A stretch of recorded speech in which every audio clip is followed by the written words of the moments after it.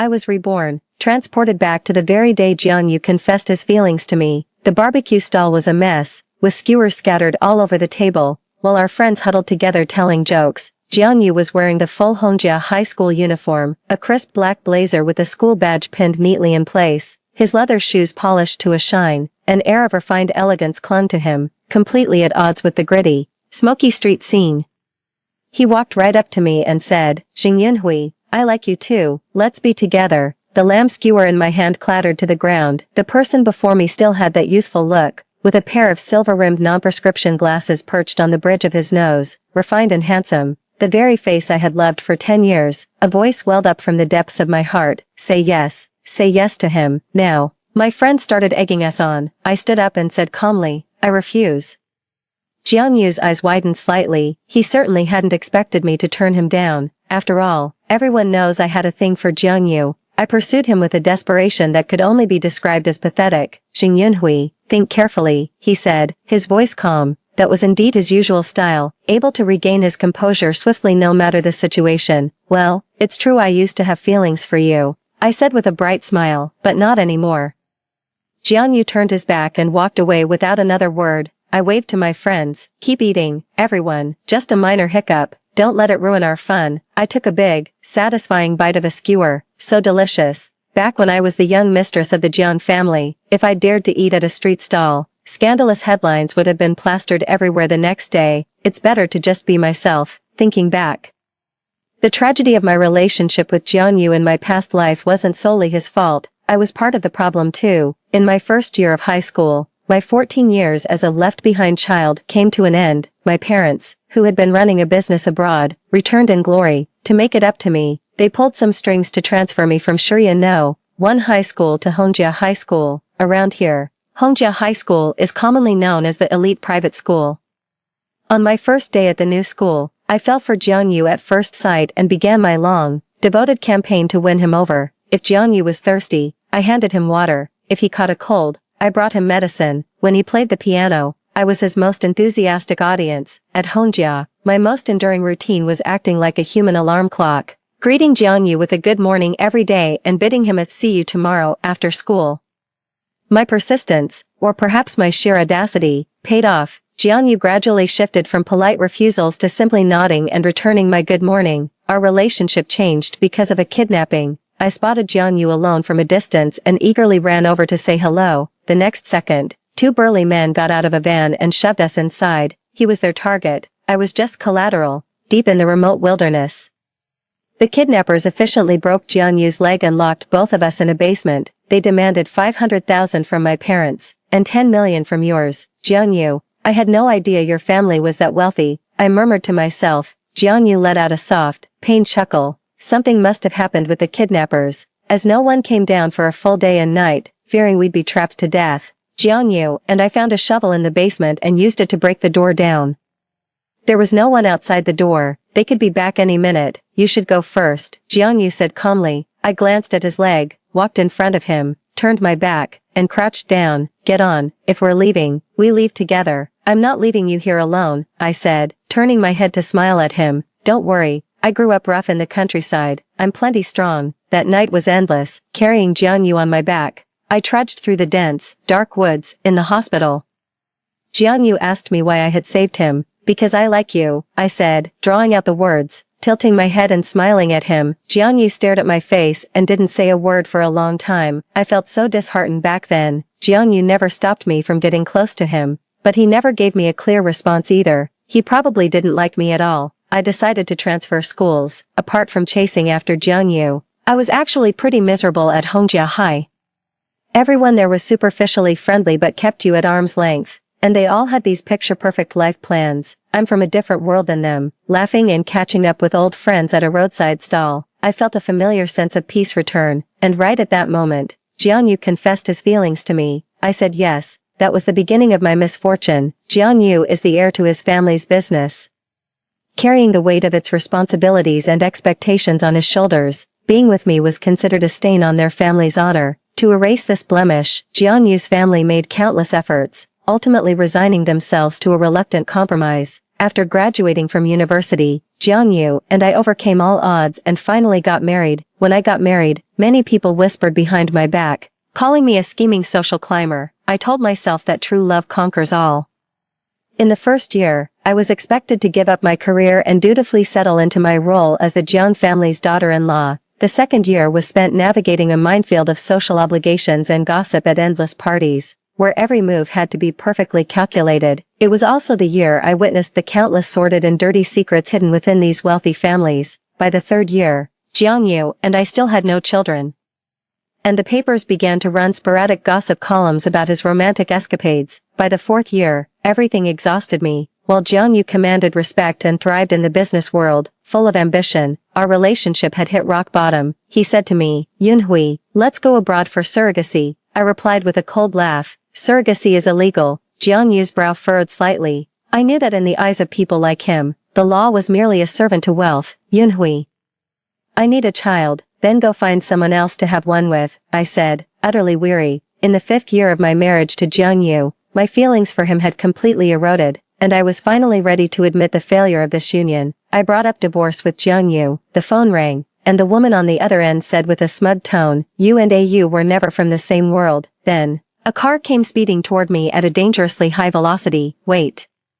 Is a divorce really worth killing me over? After rejecting Jiang Yu's confession, I transferred schools immediately. What's it like to prepare for the college entrance exam after being reborn? It's hellish, endless exams and mountains of books to memorize. Life was a monotonous, day in, day out routine, but it was a comforting monotony. I trudged home, my fingers hooked around the strap of my backpack. A delinquent leaning against the wall at the alley's entrance gave me a menacing look, then yanked me into the alley where a few others blocked my path. I sighed, unzipped my backpack, and started looking for my wallet. "Hey," a voice called out. The troublemakers squinted as they looked back. Jiang Yu stood silhouetted against the light at the mouth of the alley. He walked over, took off the glasses from the bridge of his nose, and then handed them to me. I took it in a daze, and Jiang Yu gave me a smile. The next second, he punched the lead thug in the face, and chaos instantly erupted. Jiang Yu's figure nimbly dodged the incoming blows, taking one of them down in mere seconds. Amidst the groans littering the ground, Jiang Yu pulled me into a tight embrace, holding me with such force it felt like a reunion after years apart. I pushed him away with all my strength. "Jiang Yu, are you okay? Why, all of a sudden, do you not like me anymore?" he asked. "Feelings don't need a reason. I just don't, that's all," I said, looking down. Just as I could never figure out why I liked Jiang Yu in the first place. "Young Master Jiang, thank you for today." I tried to step past him and leave, but he grabbed my arm and held me back. "Yunhui, you also?" Jiang Yu's brow furrowed slightly. "Also what?" I asked, puzzled, as a sudden realization dawned on me. In my previous life, Jiang Yu only started learning judo for self-defense after he was kidnapped, but this time, his leg injury has just healed. He probably hasn't had the chance to learn it yet. Jiang Yu still couldn't bring himself to say those two words. I said, "Jiang Yu, you're acting really strange today." On the way back, I was ranting in my head. I came back to avoid stepping into the marriage trap. What right does Jiang Yu have to be reborn? He's already a winner at life. Doesn't he have enough stacked buffs as it is? I don't care what Jiang Yu does in his new life. Whatever feelings we had are long gone, worn down to nothing. After getting Jiang Yu's text, I blocked him without even reading it. I went ahead and deleted all my contacts related to Hongjia High School. By leaving Hongjia and cutting off that last connection, I should be free of any future contact with people from that social circle for the rest of my life. This second chance I've been given is meant for me to start my new life properly. So when I saw that flashy sports car parked in front of Experimental High School I had a bad feeling. Leaning against a pillar, a boy stood with his arms crossed. The moment he saw me, his eyebrows shot up and a smile spread across his face. "Jing Yunhui, you've got some nerve, dumping Jiang Yu." Fu Mingchuan, Jiang Yu's friend, due to events from a past life. I can honestly say I despise this person. "What is it?" I asked impatiently. Fu Mingchuan grabbed my wrist and pulled me toward the car. "Jiang Yu wants to see you." He was incredibly strong, and I couldn't break free. Conscious of the strange stares from the doorway, I was eventually shoved into the car. The engine roared to life. Fu Mingchuan drove at breakneck speed, heading east towards Wangshan and straight to the Jiang residence. "He's sick and refuses to take his medicine," Fu Yao said matter-of-factly. I pointed at myself. "I'm the doctor." Fu Mingchuan clicked his tongue in annoyance. "Enough talk. Jiang Yu's room is the last one on the right, second floor. Go." I looked up. The Jiang family home was vast, yet eerily silent. It was only after spending a lot of time with Jiang Yu that I learned his parents had a typical marriage of convenience. They rarely came home, each maintaining their own residence elsewhere, and only put on a show of affection for the media when absolutely necessary. In their past life, their greatest effort for Jiang Yu was to prevent him from marrying me. I pushed open Jiang Yu's door. The full-length curtains were drawn, blocking out the sunlight and leaving the room in deep shadow. Jiang Yu lay on the bed, the medicine on the nightstand untouched. I fumbled for the light switch and turned it on. A soft, warm light illuminated Jiang Yu's pale face, his features as if carved from marble, flawless and perfect. I remember the first day I entered Hongjia High School, when I stumbled upon Jiang Yu rescuing a cat. He was bent over, carefully untying the tightly wound rope from the animal. The sunlight traced the outline of his focused profile, gentle and full of compassion. I'd called it the beginning of a fateful entanglement. Hearing the noise, Jiang Yu turned his head, a flicker of delight dancing in his eyes. Yunhui. I handed him the medicine and water together. Jiang Yu didn't refuse, quietly swallowing the pill. I think I've made myself perfectly clear. Jiang Yu, I don't have feelings for you anymore, I said slowly. I'm sorry for clinging to you these past 2 years. Jiang Yu's eyelashes fluttered slightly, against his sickly pallor. He looked rather fragile. So please, stop this. What you did today, having Fu Mingchuan bring me here, was already crossing a line. Yunhui, I don't believe it, Jiang Yu said quietly. You wouldn't give up on me that easily. I gave a careless laugh. I came today to end things. Jiang Yu, I'm about to take the college entrance exams, study what I love, and live a simple, ordinary life. You, if I remember correctly, have already been accepted to a university abroad and will take over the family business after graduation. Our paths are different. Even if we were together, it wouldn't end well. I added, your life will still be brilliant without me. Let's not contact each other anymore. Let's just be strangers. Jiang Yu's life would still be brilliant without me. Only without Jiang Yu can I choose the lifestyle I truly desire. I should have realized this sooner. These words were meant for both of us. Strangers, Jiang Yu repeated the word, as if struck by a sudden impulse. He struggled out of bed and grabbed my arm as I turned to leave. The next second, he cupped my head and kissed me. Our faces impossibly close. My eyes flew open, and I saw the raw, swirling madness in Jiang Yu's gaze. I shoved him away with all my might. Weak from his illness, Jiang Yu stumbled and fell to the floor. Have you lost your mind? I scowled. Xingyun, what did you do? Fu Mingchuan burst through the doorway, his eyes darting to Jiang Yu on the floor, filled with alarm. I wiped my lips. Jiang Yu said, Mingchuan, please take Yunhui home. His gaze was calm, as if the earlier loss of control had been a figment of my imagination. I'm sorry, Jiang Yu apologized, looking up at me. Yunhui, I won't bother you anymore. Fu Mingchuan and I walked out of the Jiang family's gate, one after the other, tossing his car keys playfully. Fu Mingchuan laughed and said, Xing Yunhui, you're quite something. I shot him a glance. Hey, did I ever tell you that Jiang Yu isn't someone you want to mess with? My relationship with Jiang Yu is over, I reiterated. Fu Mingchuan paused what he was doing, his expression turning uncharacteristically serious. Well then, I hope you won't regret it later. In this world, no one is truly indispensable to another. Time can erase everything. I won't have any regrets. Jiang Yu will find someone who is truly right for him. In September, amidst the buzzing cicadas of late summer, I was admitted to the local Z University. Along the seemingly endless tree-lined path, youthful faces flashed by one after another, joining clubs I liked, picking a couple of interesting electives, making a whole new group of friends. Every day felt fresh and meaningful. That was when Suji barged into my life. In November, as the weather turned cooler, I would often find a book at the library and spend a quiet afternoon reading in my usual spot, bathed in sunlight. I lost track of which day it was when a piece of paper was gently placed before me. The sketch was done with a casual, natural touch, its elegant lines capturing my profile. As I looked down at my book, I shifted my gaze. The boy beside me broke into a grin, his dark hair slightly long, soft and fresh against his temples. Hi, I'm Suji. He introduced himself to me right outside the library. Suji was a person brimming with enthusiasm for everything. After we exchanged contact info, he seemed to pop up everywhere I went. When I was almost late for my morning class, he pulled up on his bike, patted the rear seat, and said, hop on. During the 800-meter fitness test, I was trudging along the track. From the other side, Suji ran over, stood at the finish line, raised both hands high, and shouted, Xing Yunhui, you can do it.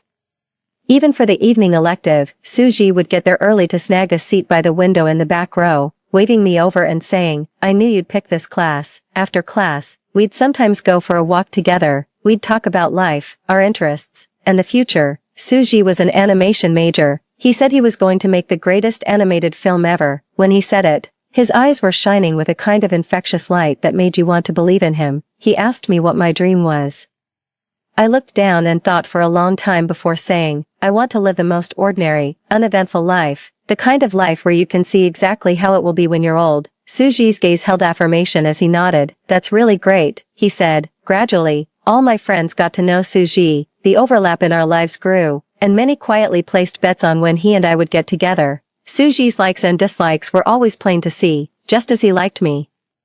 His first glance in any crowd would invariably be in my direction. That kind of directness made me waver. One day in May, Suji called and asked me to come downstairs. I saw him through the window. He looked up at the same moment. Our eyes met, and Suji flashed a brilliant smile. Suji led me all the way to Building F at Z University. We took the elevator on the west side straight to the rooftop, where at the southern end, on the left, stood an iron ladder. Suji climbed up first, then reached out a hand. "Come on up," he said. With a sense of bewilderment, I took his hand. The ladder led to the rooftop, and the moment I climbed up, I froze in place. It was dusk. A hazy twilight stretched endlessly, enveloping the buildings one by one, leaving everything below in profound silence. Before me, the sunset painted the sky, its colors layered like ocean tides, shifting from deep blue to soft lavender. At the horizon, the last molten gold rays of the sun dipped behind the rolling mountain peaks. "Yunhui, I love you. It's the kind of love where I see you in my future,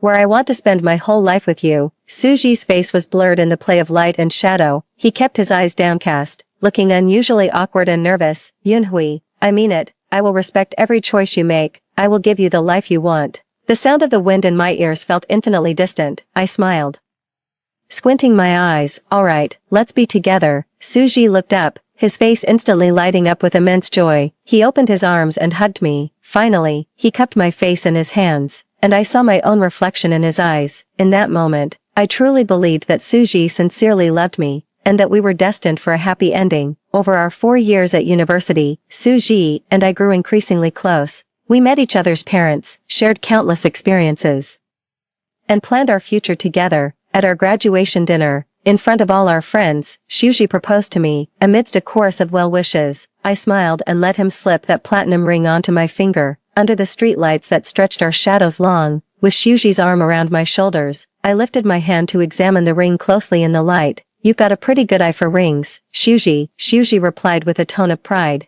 I spent months picking it out. As I lowered my hand, I suddenly felt a gaze fixed intently on both Suji and me. I turned around. The intersection was bustling with people and traffic, and neon lights shimmered with a rippling glow. "What's wrong?" Suji followed my line of sight. "It's nothing." I brushed aside the sudden unease that rose in my heart. After I got home, I told my parents about Suji. They nodded with relief and approval. My father patted my shoulder and said, "Suji is a good person. It's wonderful that you two can make it work."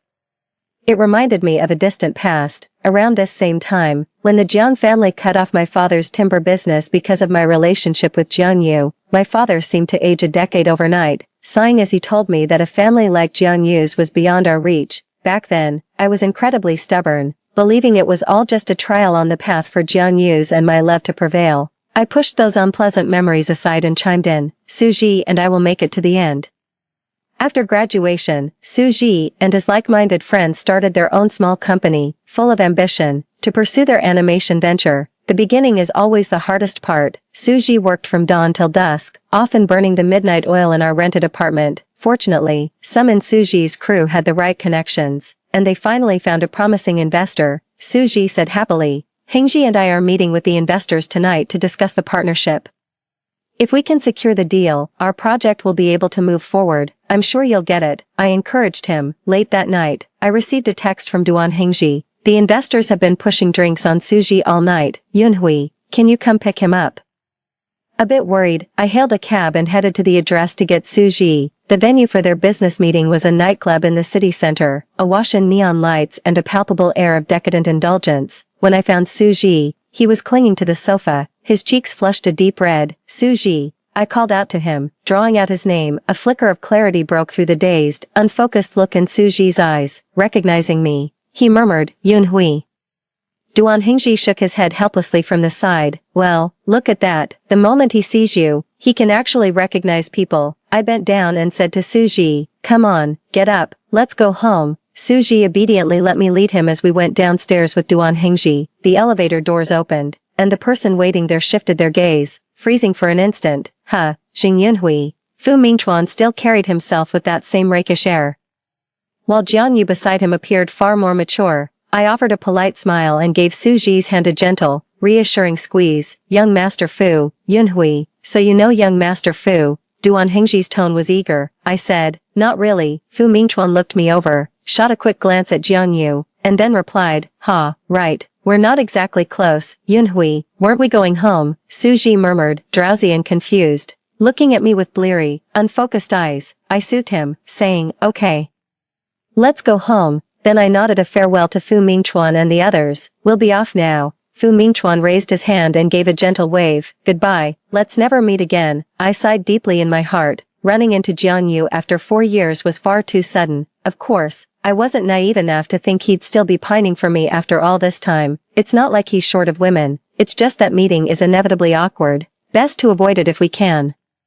Suji's investor is Xingqiao Media. I found out at the celebration banquet. Xingqiao is a subsidiary of the Jiang Group. Yunhui, what's wrong? Suji turned to look at me, his eyes brimming with warmth. It's nothing. I stood up and raised my glass with everyone. We were all so young, our hearts brimming with boundless dreams. Xingqiao's investment was the perfect catalyst, capable of helping Suji and his team get infinitely closer to their goal. I silently scolded myself for overthinking.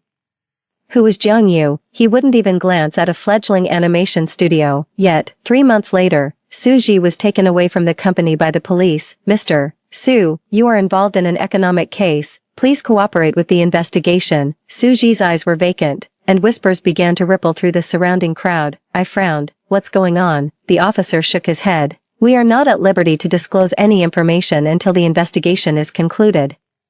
Duan Hingji stepped forward, his tone light. It's just cooperating with the investigation. We all know Suji. He'll be fine. Suji seemed to snap out of it then. He turned back and gave me a reassuring smile. Don't worry, Yunhui. I'll be back soon. I stood there, rooted to the spot, watching Suji and the police officer disappear through the door. Duan Hingji was also watching them go. When I finally snapped out of my daze, I caught a glimpse of complex, shifting emotions in his eyes. A few days later, I was released from the detention center, having achieved nothing. They hadn't allowed me to visit Suji. The screen lit up. I looked down at my phone. It was an unknown number. I answered. Jiang Yu's detached voice came through. Yunhui, we need to meet. I don't think you want to see Suji go to prison. The world seemed to crash around me. All the unease and doubt I'd buried deep inside finally made sense. So, Jiang Yu had never given up. Pushing open the door to Jiang Yu's office, I found him already waiting. He was leaning back against the sofa, legs crossed, his calm gaze meeting mine through his glasses. Have a seat. I tried to keep my voice steady. What did you do to Suji? Jiang Yu smiled. Yunhui, after all these years, the first thing you say to me is about Suji. Suji is my fiancé, I said, sitting down across from him, enunciating each word deliberately. Jiang Yu looked up. Your fiancé embezzled investment funds from Xingqiao. 1 million. That's enough to put him away for 5 years. I clenched my fists. Suji would never do such a thing. You're framing him. You really trust him that much? Jiang Yu pushed the file folder on the table forward. A pity. The evidence is irrefutable. The evidence is rock solid. If Jiang Yu decides to press charges, Suji will serve a full 5 years in prison, and his life will be ruined. What do you want? 2 choices. Either Suji goes to jail, or I let him go. Jiang Yu's gaze settled on me. And you come back to me. Jiang Yu, are you out of your mind? I retorted, a bitter laugh escaping me in my fury. A faint smile touched Jiang Yu's lips. I'm just setting things right. Setting what right? I may have been hung up on you for 2 years, but we never actually. It was more than 2 years. Jiang Yu cut me off, his tone turning insistent. Yunhui, what we had was never meant to be just 2 years. Right, in another time, another place, Jiang Yu and I fell in love, got married, and then it all ended in ruins. Yunhui, it's time to choose. Jiang Yu took off his glasses, his gaze steady and confident, as if holding all the cards. From what I understand, Suji's family is not well off, and his father has a heart condition. If he were to suddenly learn that his only son is going to prison, I doubt he could withstand the shock. It was as if I was seeing Jiang Yu for the first time. Or perhaps, This was the real him, stripped of all his gentle pretenses, revealing nothing but ruthless calculation beneath the surface. Jianyu bought an apartment in the city for the two of us. It wasn't large, but it had a full wall of floor-to-ceiling windows, furniture of natural wood, and a warm-toned decor. It was far better than that desolate villa in Wangshan. He acted as if he were genuinely in a relationship, playing the part of the boyfriend with meticulous dedication. He would drop me off at work in the morning, and by the time I left the office in the afternoon, he was already waiting at the corner. One day, I even came back to the apartment and found Jianyu in the kitchen, trying to learn how to cook. I fell silent. In my past life, I was the one learning to cook. Back then, Jianyu's mother thought my job at the magazine was beneath our family, and she forced me to quit to focus solely on being a good wife to him. The first time Jianyu tasted a meal I cooked, he seemed genuinely pleased. At first, I felt a flicker of happiness from his approval, but as time went on, the monotony was inevitable. Quitting my job made it feel like my entire world began to revolve around Jianyu, and I gradually lost sight of who I used to be. In the kitchen, Jianyu wore a look of intense concentration, his chopping movements noticeably clumsy. I couldn't help but speak up. Actually, we could hire a housekeeper. Jianyu transferred the chopped vegetables to a plate, not looking up. Yunhui, I can do this. Wait outside for a bit. Dinner will be ready soon. If I hadn't seen him working in his study late into the night, I'd genuinely suspect he'd been stripped of his heir status and had nothing better to do. Jianyu took me to a party and introduced me to his friends. They greeted me warmly, their glances a mix of friendliness and curious scrutiny. Someone asked how Jianyu and I got together. With a faint smile, he replied, "We were classmates in high school. After going through a lot together later on, we just ended up together." "Ah, a school romance. How enviable," his friend said. I looked at Jianyu, his smile unwavering, seeing that they were about to delve deeper into the topic. I made an excuse to step out and avoid it. Inside the upscale club, the ambience was sophisticated, the lighting intimate. As I stepped out of the restroom, someone suddenly bumped right into me. The girl who had bumped into me looked up, tears streamed down her lovely face, her eyes wide with fear. I froze. It was her. The people from behind caught up. Fu Mingchuan sauntered forward, his gaze impatient. "What are you running for?" He noticed me, and his tone softened a little. "Oh, Jing Yunhui. You're here too." I pulled the girl behind me, shielding her. "What are you doing?" I asked. Fu Mingchuan narrowed his eyes and said with a smile, "Just having a bit of fun. Don't believe me? Ask her." Then he glanced at the girl. "Get over here." The person behind me kept their head bowed low, body trembling. After a long pause, they took a tentative step forward. I grabbed her wrist and said, "She doesn't want to." Fu Mingchuan's lips curled into a mocking smile, as if he'd just heard a joke.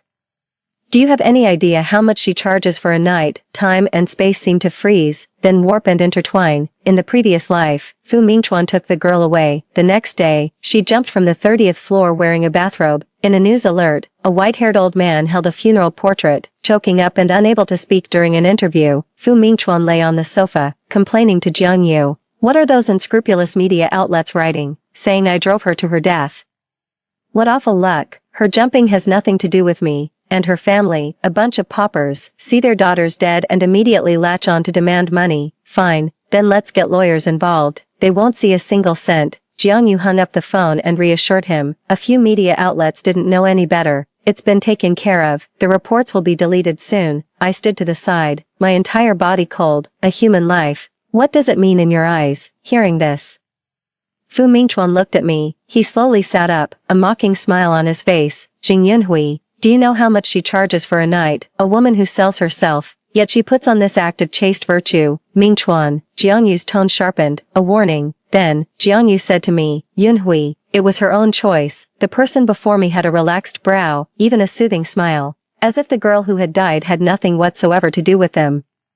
That was the first time I caught a glimpse of the cruelty beneath Jianyu's gentle facade. What happened after that? I gave Jianyu the silent treatment, and then we made up. Jianyu apologized to me, but I knew he didn't truly believe he or Fu Mingchuan had done anything wrong. This is the chasm between us. The social class he belongs to allows him to treat people as playthings to be trampled, but I cannot. Sometimes I even wonder, if I were the one who jumped, would Jianyu just as coldly say, "It was her own choice"? Silence hung heavy in the air. Fu Mingchuan tugged at his tie and said, "For Jianyu's sake, I won't argue with you. Jing Yunhui, stay out of this." "How much?" Fu Mingchuan raised an eyebrow. "I'll give you the money, but she's not going with you, I said calmly. What kind of despair drives a person to jump from the 30th floor? I don't know, that's why this time, I'm going to stop the tragedy from happening. Xing Yunhui, do you think you're being noble and special? This little act you're putting on, is it saving a fallen woman? Ha, ha, so righteous. Fu Mingchuan leaned in closer, his once handsome features twisted into a malicious sneer. So, Miss Righteous Xing, what's your take on Jianyu now? The wave of alcohol breath that hit me was revolting. I grabbed the girl's hand and turned to leave without a second glance. Stop right there. Fu Mingchuan's voice suddenly rose sharply. Young Master Fu, don't get angry over a woman. A man said, pushing through the crowd to Fu Mingchuan's side to placate him. I recognized him as Duan Hengji, a friend of Su Ji. That once youthful, vibrant face was now a mask of sycophancy. So that's how it was. Su Ji was framed so easily because a brother like Duan Hengji had been bought off. Duan Hengji avoided my gaze, and a cold sneer formed in my heart. Disgusting, I murmured under my breath. Xing Yun, I didn't say you could leave. Fu Mingchuan pushed past the person beside him and took a step forward. Mingchuan, Jianyu's figure appeared at the corner of the corridor, his voice calm. You're drunk. Don't make a scene like this. I hurriedly led the girl behind me away from that place. Beneath the towering buildings, brilliant lights intertwined, and an endless stream of cars stretched to the horizon. The girl stared out the window, her tone desolate. It's so vibrant here. I sold myself to get closer to this kind of life, but it feels like this place has never truly accepted me. Her beautiful eyes turned to me, crinkling slightly at the corners. Thank you, she said. I'm going back to my hometown. It's poor and rural, but at least I'll have my dignity there. Safe travels, I replied with a smile. Back at the house in the city, Jianyu made me a cup of floral tea. He put an arm around me and said gently, Mingchuan was out of line tonight. I'll make sure he apologizes to you another day. No need, I replied. Yunhui, are you still upset? I'm not upset. I lowered my gaze. In the end, whether it's Fu Mingchuan or anyone else, they have nothing to do with me. Jiangyu, you don't need to go to such lengths. You and I only have a 3-year agreement. Jiangyu's eyes darkened. Amidst the gently rising steam, he let out a soft, wry chuckle. I couldn't decipher the meaning behind that laugh. All right. Jiangyu stood up and said to me, I'll go take a shower first. You get ready. The night seemed to stretch on a bit too long. I stared at the ceiling light, letting Jiangyu do as he pleased. In matters of intimacy, he was far from the gentle soul he appeared to be. Instead, he was all-consuming. Possessive to the point of devouring. As the lamp swayed, Jiangyu noticed my distraction and sank his teeth sharply into my shoulder. As the pain spread, I realized only those in love could find joy in such an act. In the repetitive, hollow overlap of our bodies, I heard Jiangyu's sigh fall softly by my ear. I got a text from Duan Hengji while I was at work. We met at the cafe downstairs from the office. Duan Hengji held his coffee, hesitated for a long moment, and finally said, Yunhui. Could you put in a good word for me? Ask Mr. Fu to arrange a different position for me. I looked up at him. Since when do I have that kind of pull? Duan Hengji gave a mocking laugh. You're pretty tight with young Master Fu and his crew. Huh, aren't you working on an animation with Su Ji? I asked. He shook his head, his tone dismissive. How much money can you even make in animation? And that's your reason for betraying Su Ji. Duan Hengji's expression froze for a moment before relaxing again. He said slowly, my betraying him is actually for the best for everyone, isn't it? You, of course, I knew the whole Su Ji affair was a setup, a trap Jiangyu laid for you. I just needed to take the money and do the job. Su Ji trusted me. He'd sign any document I put in front of him without a second glance. It was all too easy. For money, you'd send Su Ji to prison without a second thought. Some friend you are.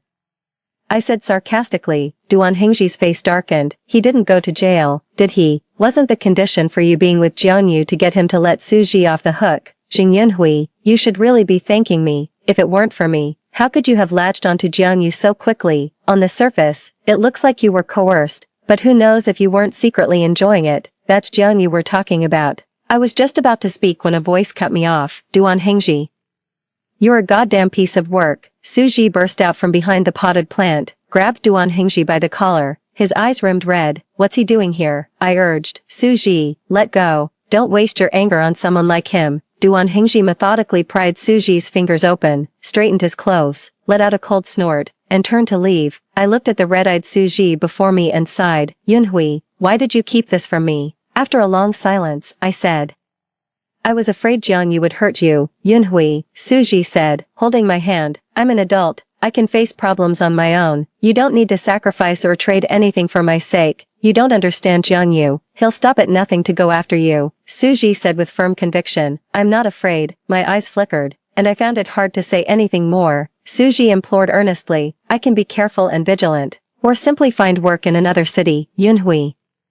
More than going to prison, I can't bear to see you with someone you don't love, all for my sake, Yunhui. Leave him, let's go somewhere else and start over. Okay. He looked vulnerable. I lowered my gaze and finally replied, I'll think about it. Over the weekend, Jianyu's company had an impromptu meeting, so I stayed home alone. The doorbell rang. I opened the door to find Jianyu's assistant standing outside. He gave a polite nod and said, Mr. Jiang left some documents in the study.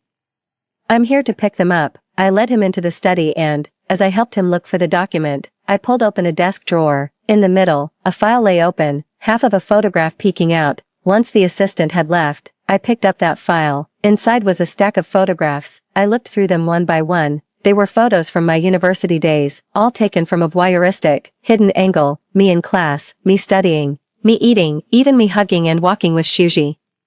Every moment had been documented and delivered here. To Jianyu, he's been watching me all along. My heart sank. Jianyu was even more terrifying than I had imagined. I was even a bit lost in thought. If I really went through with that 3-year agreement, would he actually let me leave afterward? I put the stack of photos back where they were, then sat down by the floor-to-ceiling window until dusk settled in and the entire house was plunged into darkness. When Jianyu returned, he didn't turn on the lights. He groped his way over to me and sat down beside me. I caught the scent of cedarwood on him. Yunhui. He called my name. I looked at him but didn't respond. Jianyu said softly, It's so nice to just sit here quietly with you like this. I've made up my mind to leave. I booked a flight for Friday. Suji and I are going to City C, leaving everything here behind to start fresh. Thankfully, my parents have been traveling all year and are still away, so I don't have to explain much to them. On the eve of my departure, Jianyu gave me the latest creation from Kotis's master perfumer. Yesterday, under his expectant gaze, I smiled and said, Thank you. I love it. That was wrong. I never liked it.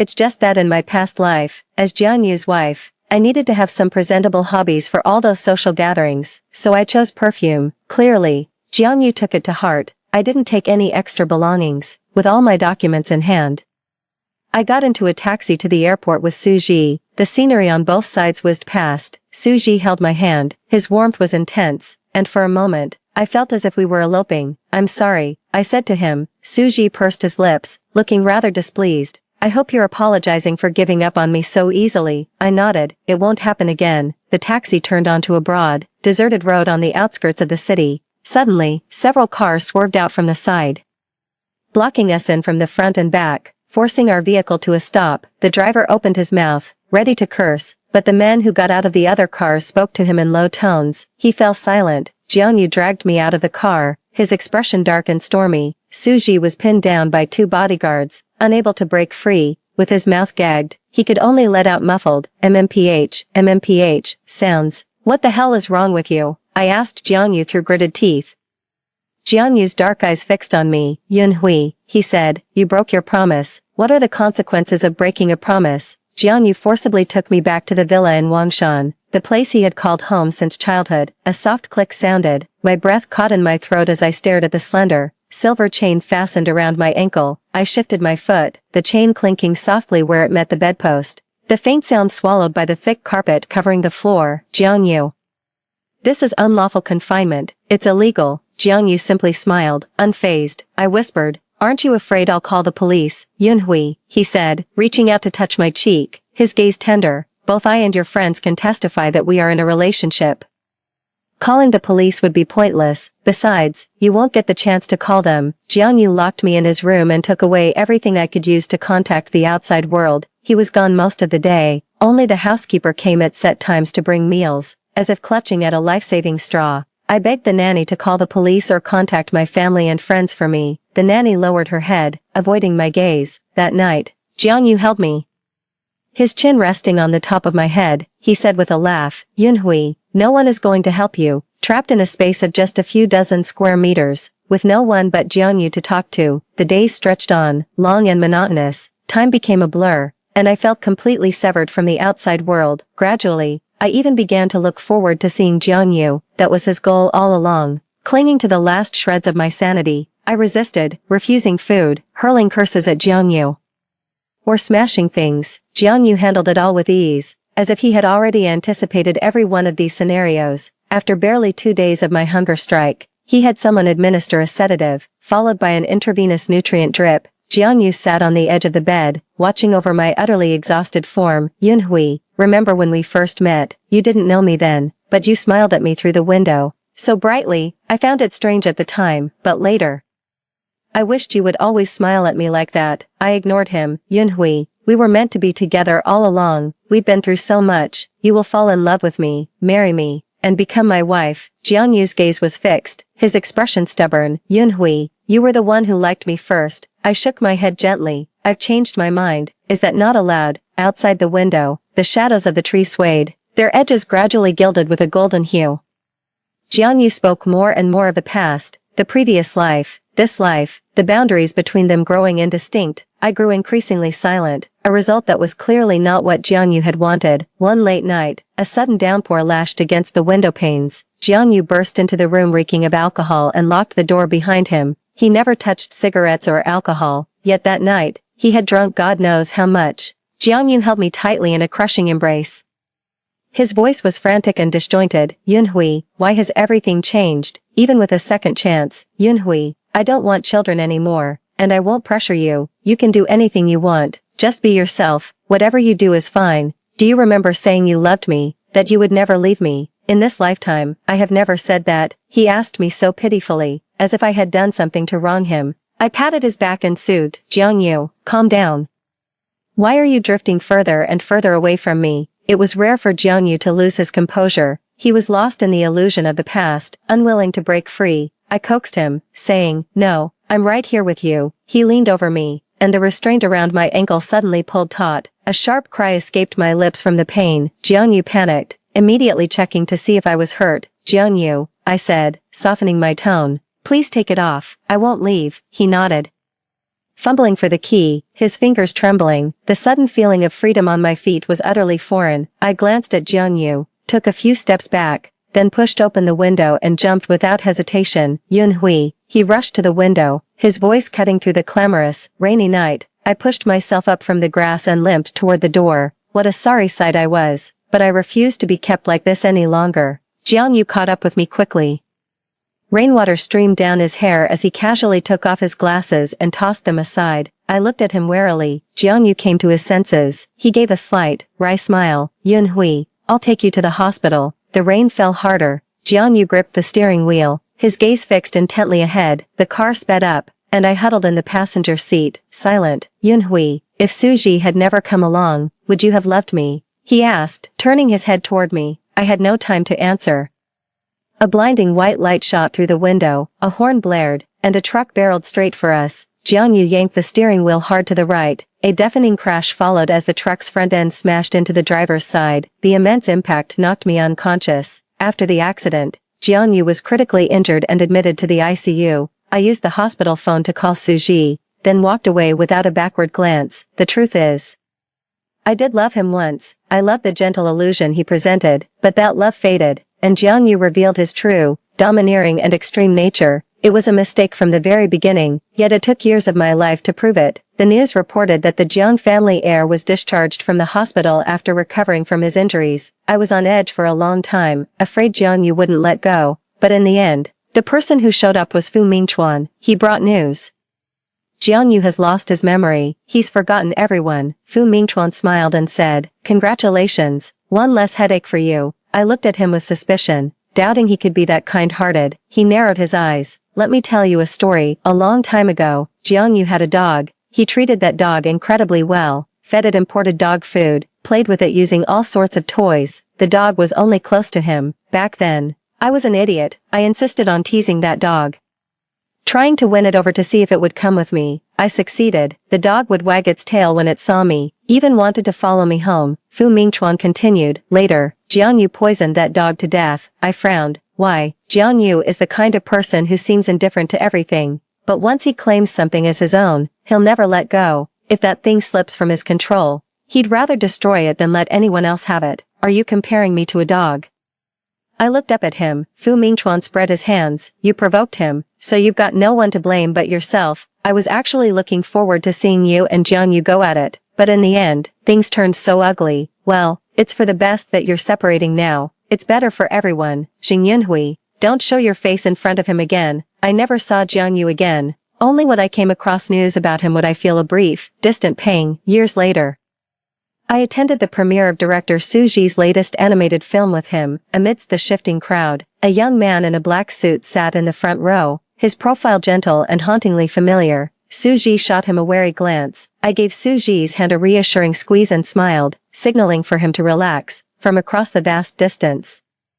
Jiang Yu's gaze swept over us, lingered for a moment, and then moved on. It was the look one gives a stranger. The big screen went dark, then lit up again. This film is dedicated to my wife. Amidst a ripple of good-natured laughter, Su Ji winked at me, surprised. I smiled, pressing my lips together. In this lifetime, time and the years will prove that my love for Su Ji will endure forever. Story 2. After top-charting singer Jiang Pei left the demo of his last song, he died from an overdose of medication. A few days later, I received the full-length version of this song in my email. It was the song he hummed to me in high school. At the very end, there was a sentence spoken with a sobbing voice. I miss you. Time rewound 10 years. The young man sat on the steps with a guitar in his arms and looked at me. Finally, I mustered up the courage to say those words. I like you. A few days after Jiang Pei's death, a lot of things were dug up. For example, his biological father had been leeching off him for years. For example, he had severe mental illness, even to the point of experiencing auditory and visual hallucinations. And for another example, he hadn't been doing well at all these years. On the surface, he was a dazzling star in the glorious world. In fact, he had always been trapped in a bottomless abyss, struggling alone.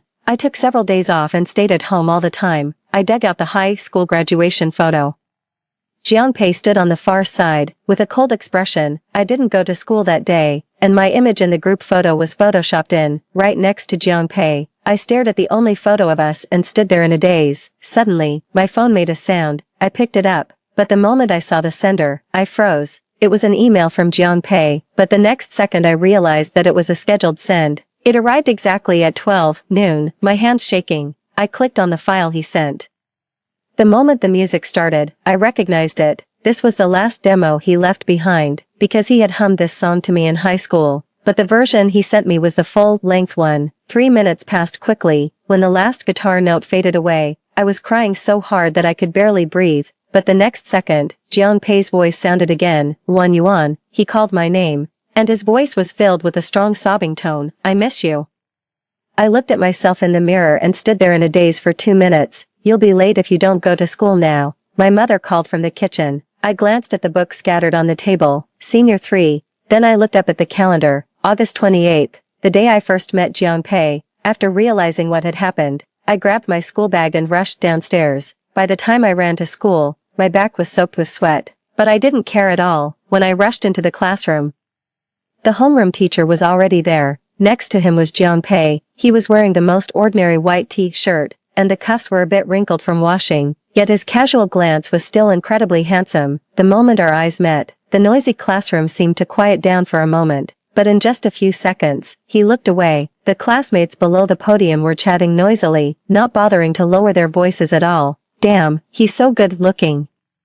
Who do you think Oldley will make sit next to him? Probably a guy. Just a few seconds after these words were spoken, before I could even sit back in my seat, Oldley spoke. Sit there. He pointed to the empty seat next to me. I paused as I was putting down my bag, but I felt relieved inside. Phew, things were developing as they did before. The class fell silent for a moment, and most of the classmates looked in my direction. Then they exclaimed, he will definitely study hard now. I stood there, stunned, until Jiang Pei carried his bag, walked over to me, and sat down. He didn't look at me once during the whole process, just as aloof and unapproachable as before. But I was no longer the timid 18-year-old girl, especially since I knew that the 28-year-old Jiang Pei still had feelings for me. So, while Oldley was speaking, I gently poked Jiang Pei's arm. He turned to look at me, his expression so cold that it seemed to freeze people. Why is he so fierce? No wonder we only had our first conversation after sitting at the same table for half a month. This time, I mustered up the courage to speak first. My name is Yuan.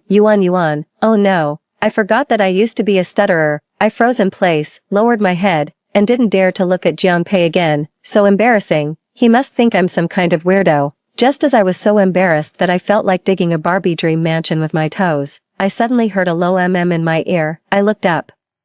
And Jianpei's face was no longer as cold as before. In fact, the corners of his mouth curled up slightly. Jianpei. After reporting his name, he turned his head back, and the slight curve at the corner of his mouth disappeared again. I felt a sense of loss, but the next second, his voice reached my ears again. I know your name is Yuan. I looked at the physics test paper in front of me, frowning deeply. Are high school physics problems this easy? Out of the corner of my eye. Several girls were gathered around Jianpei's desk. Even though Jianpei didn't respond at all, they kept talking on their own. My heart sank. What's the use of being able to do physics if I can't even communicate with him normally? I was sighing silently when the physics teacher entered the classroom. He walked straight up to me. The girls around Jianpei's desk scattered in a hurry, leaving Jianpei with his head down, writing something. I took a peek. It seemed to be sheet music. Oh. No wonder he's going to be a top-notch musician in the future. He's already writing songs now. Yuan, help your classmates when you have time. I looked up at the physics teacher. From what I remembered, he was the teacher who cared the most about his students. Maybe because he was an old man, he didn't mince his words. For example, the person next to you, since you got a full score, you can teach the classmates whose scores are still in the single digits when you have time. Jianpei was still writing, as if this had nothing to do with him, especially your deskmate. Jianpei looked up at me. I remembered, this had happened before, but in the past, we just pretended that teaching had been done after being scolded by the teacher. After all, I was a shy and introverted girl back then, and with Jianpei's cold face, who would dare? But this time, I looked at the old man and nodded firmly. Okay. I looked at Jianpei's test paper, which was full of red crosses, and was stunned, but the person beside me seemed not to care at all. He twirled his pen, as if waiting for me to speak. I said with difficulty, "It's okay." Then I grabbed a pen and started writing down the solutions one by one. After all, it would be faster for me to get a new head than to explain these problems verbally now. It was the evening break, and there weren't many people in the class. I originally thought Jianpei would have turned away to do his own things long ago, but when I looked up after finishing writing, he was still staring at me. There was no emotion in his eyes. I didn't know if he was looking at the test paper, the pen, or me, or maybe he was looking at me, but thinking like that was too narcissistic. Jianpei had always been indifferent, as if he had no emotions. If it weren't for that email, I probably would never have known that I had a place in his heart. All done. After I handed the test paper back to him, I immediately turned around and pretended to do my homework. But just a few minutes later, Jianpei moved the test paper back to me. I looked at him. I still don't understand this one. He pointed to a problem. Explain it to me. I stood there, stunned. Explain. Is that not okay? Okay. I took a deep breath, trying to make my words flow smoothly. But it still didn't go well. Gravity and friction. What was I talking about? Take it slow. I turned to look at the person who spoke. Jianpei smiled, although it wasn't obvious. His lips indeed curved into a beautiful arc. Even his eyes were filled with a bit of twinkling light. The ceiling fan creaked as it turned. I suddenly remembered that a long time ago, Jianpei had also said this to me. Go ahead, it's okay to speak slowly. He was the first person other than my parents who was willing to listen to me until I finished speaking. He was also the first person to encourage me to talk more. Dong. So useless. It seemed that I had become the one who fell in love first again. This time, the relationship between Jianpei and me seemed to progress rapidly. I sat in my seat, staring straight at Jianpei. There were still a lot of people standing next to his seat, although he hardly ever replied to them. Looking at myself, I was just an unremarkable student in the class. Sometimes I would be in a trance, wondering what I, so insignificant, could do to prevent his death 10 years later. This wasn't about redemption. I just wanted to pull him out of that hellish life, let him enjoy the sunshine on earth to the fullest. During the lunch break, Jianpei took the initiative to ask me, "Why were you staring at me after class?" His tone wasn't cold, and he even initiated the conversation, which was a big step forward. I told him the truth. Because you're good looking. It was the first time I saw Jianpei blush. After I said this, he was first stunned for a moment, then turned his head away. A suspicious red flush appeared on his face, even reaching the tips of his ears. What's he doing? It's not like no one has ever complimented him on his looks. The girls in the class talk about how incredibly handsome he is all day long. Why didn't I see him blush then? After the bell rang, it was a half-hour nap time. I lay on the desk, but I couldn't fall asleep no matter what, so I simply opened my eyes and started looking at Jianpei intently. He had his eyes closed, and his face was facing me. I was so close that I could see each of his eyelashes clearly. Alas, how could someone be so good looking? I was still thinking about this when Jianpei suddenly opened his eyes. The next second, my eyes were covered by a hand. I heard Jianpei's soft but gritted teeth voice in my ear, "Stop looking." His voice was hoarse, and his palm was burning hot. It seemed that he was also moved. The first monthly exam was preceded by our last sports meeting. I stood under the shade of a tree, staring blankly as Jianpei ran the 3,000-meter race. I held a bottle of water that I had just bought in my hand, and it seemed to have warmed up from being held. The classmates in the class were all gathered at the front, cheering. I took a deep breath, but what came out was, come on, oh well, I give up." Jianpei was running in the lead. Every time he passed a class, there would be a burst of cheers. Oh, a future superstar. The water bottle in my hand now seemed annoying, especially when I glanced at the finish line. Several girls were already waiting there with water in their hands. They're all so beautiful. I felt inferior. I was still in a daze when the crowd suddenly erupted into cheers. I looked up and saw that Jianpei had 200 meters left and was starting his final sprint. The 18-year-old boy was like a white dove. It seemed that with just a flap of his wings, he could soar high. Fly, Jianpei, don't fall this time. Jianpei crossed the finish line amidst the screams of his classmates. In the blink of an eye, he was surrounded by the crowd. I stood there, completely giving up the idea of giving him the water. I couldn't even speak properly, let alone give him water. Just as I turned back to my seat, a classmate in the front row suddenly called out to me. "Wang Yuan, it seems like Jianpei is looking for you." I squeezed to the front, half believing. As soon as I arrived, I saw Jianpei looking in my direction. Then, the moment he saw me, he waved at me, motioning for me to come over. Everyone around him looked at me. I subconsciously swallowed, and with stiff hands and feet, I walked step by step towards him. Water. He held out his hand to me. I didn't react at first, and my hand subconsciously tightened around the bottle. Jianpei frowned slightly, then suddenly leaned down and whispered in my ear, "Consider it as me buying it." Then he took the water from my hand. The people around us exclaimed, and then started chatting noisily. Are Jianpei and Wang Yuan on such good terms? I don't think so. They don't talk much, but Wang Yuan has been explaining physics problems to Jianpei recently. He does need some tutoring in physics. My face started to feel hot, fortunately. The teacher shouted from the side, "The students who won awards in the 3,000-meter race, come to the podium to receive your awards quickly." Before Jianpei left, he looked at me, and it seemed like he said something. "Wait for me." That seemed to be what his lips said. I'm done for. I'm completely under his spell. After the sports meeting, there was a rare holiday for senior 3 students. However, it was just our turn to do the cleaning this week. So Jianpei and I had to stay a little longer. After all the classmates in the class left, I picked up a broom. When I turned around, I bumped right into Jianpei, who was going to clean the blackboard. Sorry. I couldn't speak clearly at all. What are you sorry for? Jianpei looked at me, looking into his eyes. I held my breath for a moment, and then my mood suddenly calmed down. I didn't talk enough to you. I didn't talk to you enough, obviously. This sentence didn't make any sense to Jianpei at the moment, but he just lowered his eyes. When he looked up again, there was a hint of a smile in his eyes. Just talk more in the future. Why did you take my water? I asked sincerely. Jianpei's hand, which was cleaning the blackboard, paused, and he didn't turn around. I thought it was for me. Why? I saw you holding it and looking in my direction when I was running. My eyelids twitched, and I blurted out, "You saw me." This time, Jianpei finally turned around and stared straight at me. "Yeah, I saw you. I saw you at a glance." When I went home, my face was still burning hot. I wore the gold medal Jianpei gave me around my neck, although it wasn't heavy. It was very noticeable. Is a bottle of water enough in return?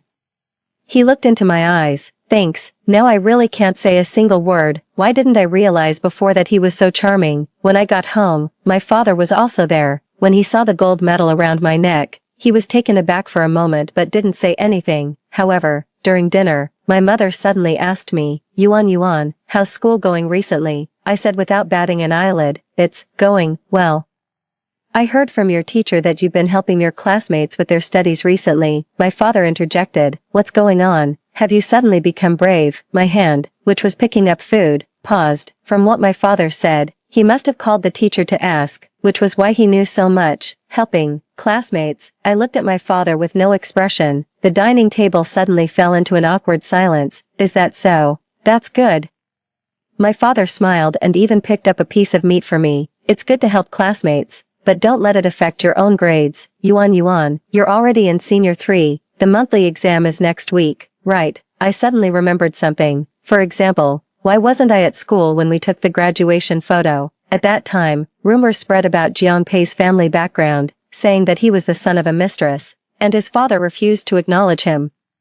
Then Jianpei got into a fierce fight with the person who spread the rumors. I was there, watching Jianpei throw punches with red-rimmed eyes. After that, they were asked to bring their parents to school, and my father came too. As we walked out of the office, my father said to me, Yuan, let's review at home for the next half month. Why? Your father is afraid you won't be able to focus. Just as he finished speaking, Jianpei walked out of the office and heard those words clearly.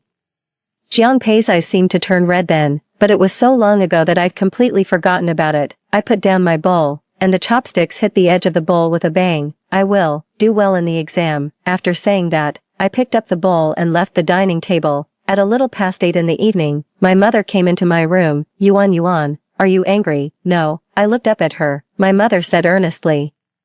Your father called the teacher because he was afraid you'd be bullied at school, but I was clearly very happy today. I replied word by word. My mother was taken aback and said illogically, but after all, you stutter. Mom, I interrupted her for the first time. Have you ever thought that my stutter could be cured? My mother was stunned by my question. However, my stutter was completely cured in the second year after I graduated from high school, all because of Jianpei. That summer, Jianpei participated in a talent show. With his original song, he became an overnight sensation on the internet. At the end of the final, holding the gold trophy in one hand and the microphone in the other, he looked straight into the camera and said, I hope everyone can proudly mention me to their friends in the future. I also hope that person can see this. After saying this, the host immediately picked up on the clue. Who is this person? Jianpei paused and then smiled.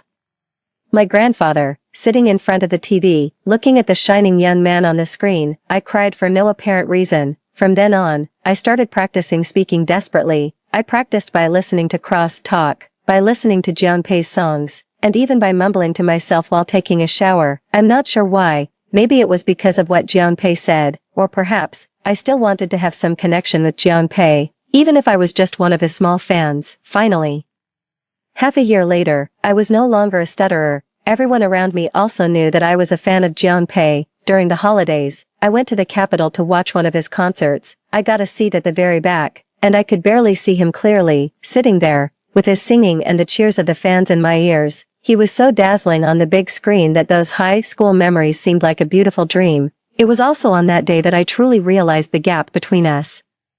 He was the moon hanging in the sky, while I was just an ordinary speck of dust. That's fine, it's not so bad. No, it's not fine at all. I don't want Jianpei to die. Looking at my mother, I spoke in a tone more forceful than ever. Mom, I know what I'm doing. I'm already 18 years old. My mother looked at me without saying a word. When she left, she just said, the monthly exam is next week. Review well. Looking at the Chinese textbook in my hand, for the first time, I was glad that I was at least somewhat intelligent. In my previous life, I graduated from university, got a master's degree, and then a doctorate. I spent my days focusing on physics research at the institute. High school knowledge was a piece of cake for me. I just needed to memorize more for Chinese. However, I looked up at the door of my room. I had never gone against my parents' wishes before. In my previous life, I did whatever they hoped I would do.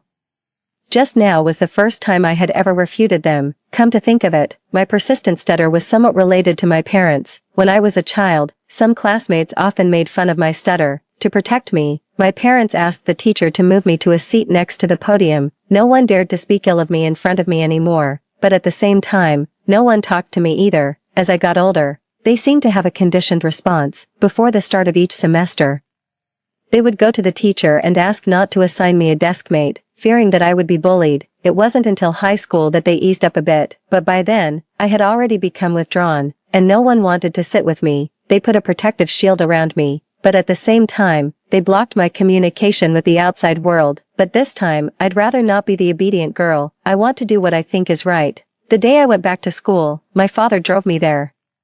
When we arrived at the school gate, just as I was about to get out of the car, my father stopped me. Wait, I need to talk to your teacher. My hand stopped mid-movement, and anger suddenly welled up inside me. I didn't even know why I was so angry. This wasn't like my usual personality at all. Suppressing my anger, I asked, "Why do you need to talk to the teacher?" "To ask about your situation."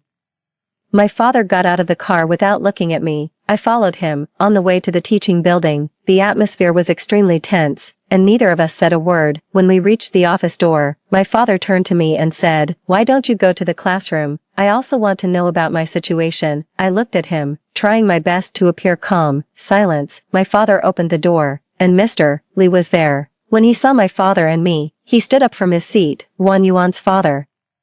"What can I do for you?" My father glanced at me, as if hinting at something, and said, "I came to ask about Won Yuan's recent situation." Mr. Lee was confused. Won Yuan has a new deskmate, and she's not very good at socializing, so I came to ask about it. Mr. Lee looked at me and then at my father, as if he understood something. "Yes, since Won Yuan didn't have a deskmate, I let the new student sit next to her. But isn't it inappropriate for a boy and a girl to sit together?"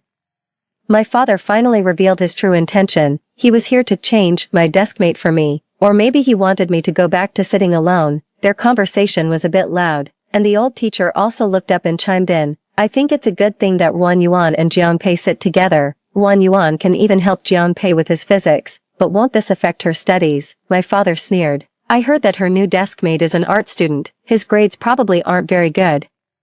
"Right, he has the path of art exams. But Won Yuan can only rely on the college entrance examination." "Stop." I couldn't hold back my anger anymore and interrupted my father. The office fell silent. "Whether it will have an impact or not," I said through gritted teeth, determined not to stutter as I used to, "we'll know when the exam results come out." After saying this, ignoring their reactions, I walked straight towards the door. The moment the door opened, the person standing in the corridor looked at me. It was Jianpei. I didn't know how long he had been standing there, nor how much of the conversation in the office he had heard. He just stood there quietly, looking at me. His expression was more indifferent than I had ever seen. My eyelids twitched. Just as I was about to explain, Jianpei turned and walked towards the classroom. He didn't say a word. "Jianpei." I chased after him. "Do you want to change seats?"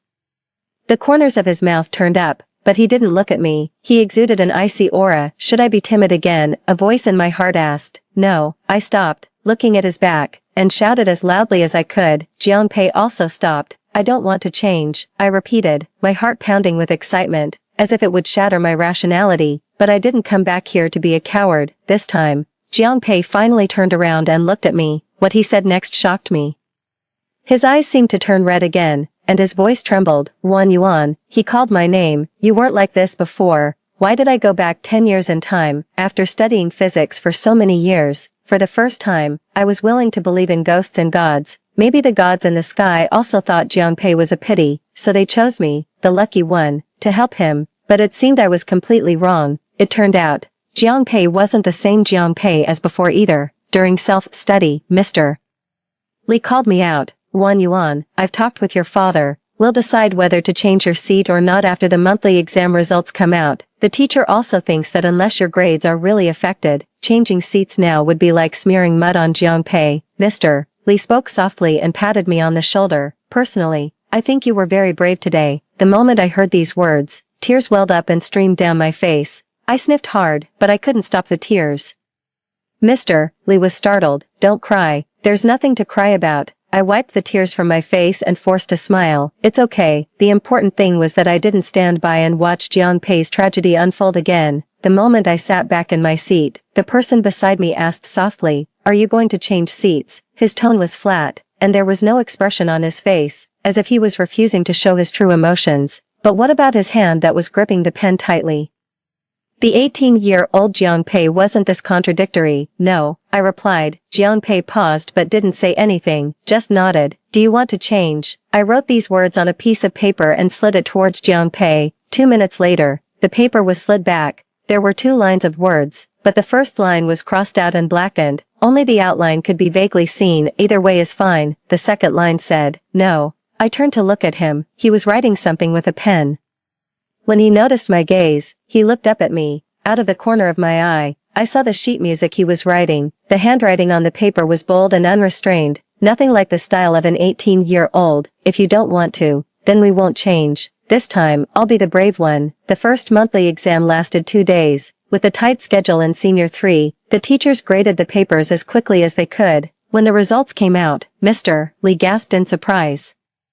I ranked 4th in the whole school. I hardly lost any points in math, physics, and chemistry, but in Chinese, I only got a little over 100 points. Although my grades were good before, I usually only ranked around 30th in the school. When I showed the report card to my parents, for the first time, they didn't say anything, especially my father. He stared at the report card for a long time, and finally squeezed out 2 words through his teeth, "As you wish." Another piece of news, which might not be bad, was that Jianpei ranked last in the class. That seemed reasonable. Just as I was wondering if he could get into university in this life, Jianpei's math test paper was handed out. His score was in the 20s, starting with a 2. It was a glaring red mark, but in an instant, Jianpei stuffed the paper into his drawer, then turned his gaze to me. "Is there something?" His tone was so calm as if the paper didn't belong to him. I frowned, about to say something when a voice came from the classroom door. "Wan Yuan, someone is looking for you." Jianpei and I both looked up in that direction. Fucheng stood at the door of my classroom, holding some books. Jianpei seemed to mutter something softly, but I had already stood up and quickly ran towards Fucheng.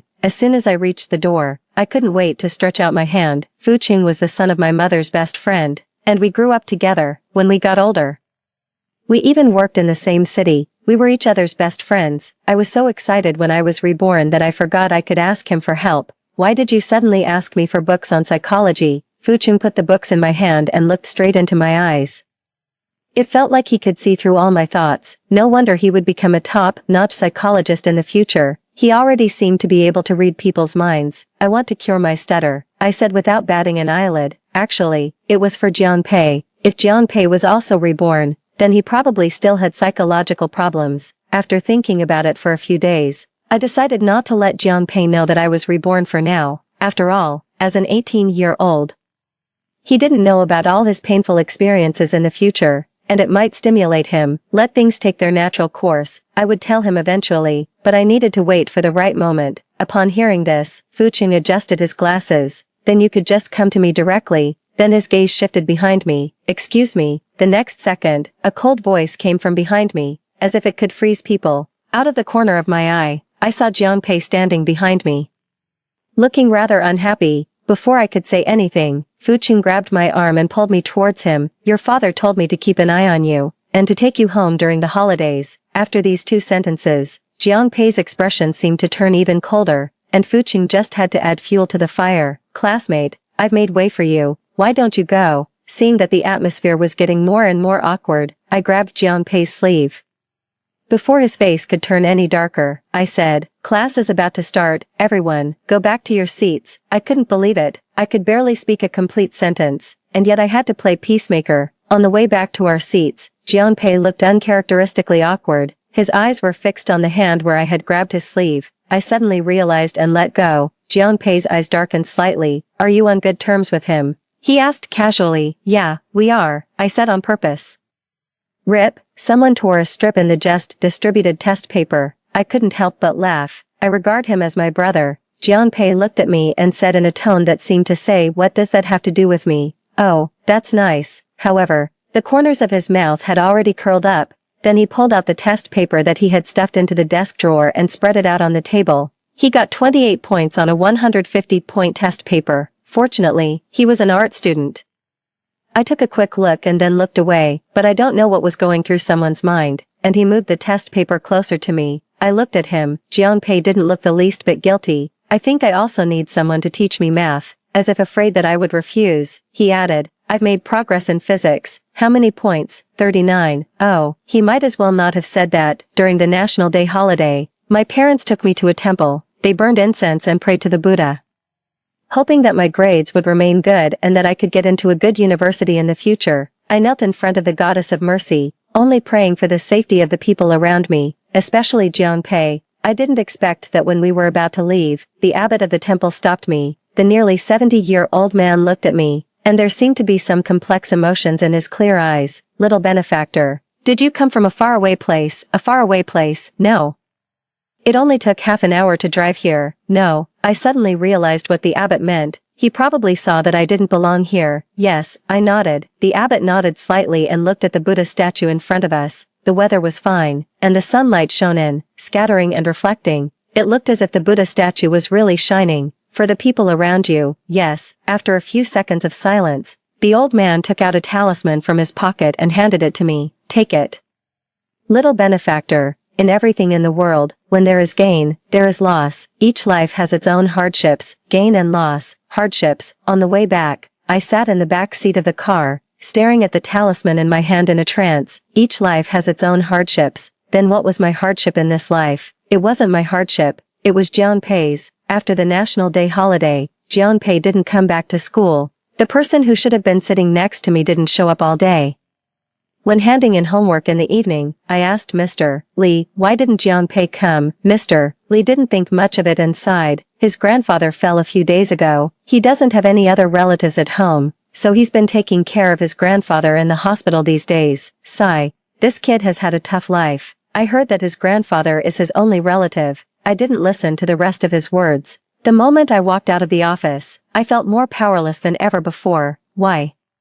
Why did he have to bear all the hardships? Didn't the gods in the sky even have a little bit of pity for him? After the lights went out at school, I stood in front of the school wall. I stepped on the garbage piled up in the corner to climb onto the wall. Then, closing my eyes, I jumped down. I didn't stand firm when I landed, and my ankle twisted. A sharp pain shot through me instantly, hopping on one foot. I didn't delay for a second. After getting on the night shift bus, I finally had time to stretch my ankle. Looking at the city lights shining, I was in a trance for a moment. With the psychological age of 28, I actually did something like sneaking out of school over the wall at night. When I arrived at the hospital, I went to the inpatient department. Before I had searched for a few minutes, Jianpei just came out of the ward and walked straight to the payment window. I hid around the corner. I wanted to go out, but I couldn't come up with a reason to explain why I was there. Not many lights were on in the corridor. The dim light made Jianpei look even thinner. Before long, Jianpei finished paying and turned to go back, but when he passed the reception desk, he stopped. After a moment of silence, he borrowed a phone from the nurse. He stood there for a long time, making call after call, but no one answered. I don't know how many times he dialed the number, but finally, the other side picked up. Hello.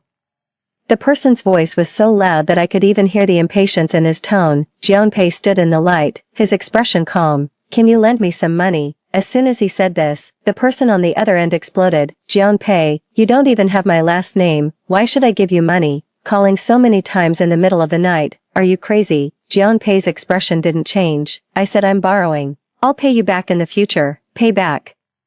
You're a waste of money yourself. How can I expect you to pay me back? The insults from the other side became more and more unpleasant, but Jianpei just listened quietly. When the other person stopped cursing, he asked, so, this is what you really think?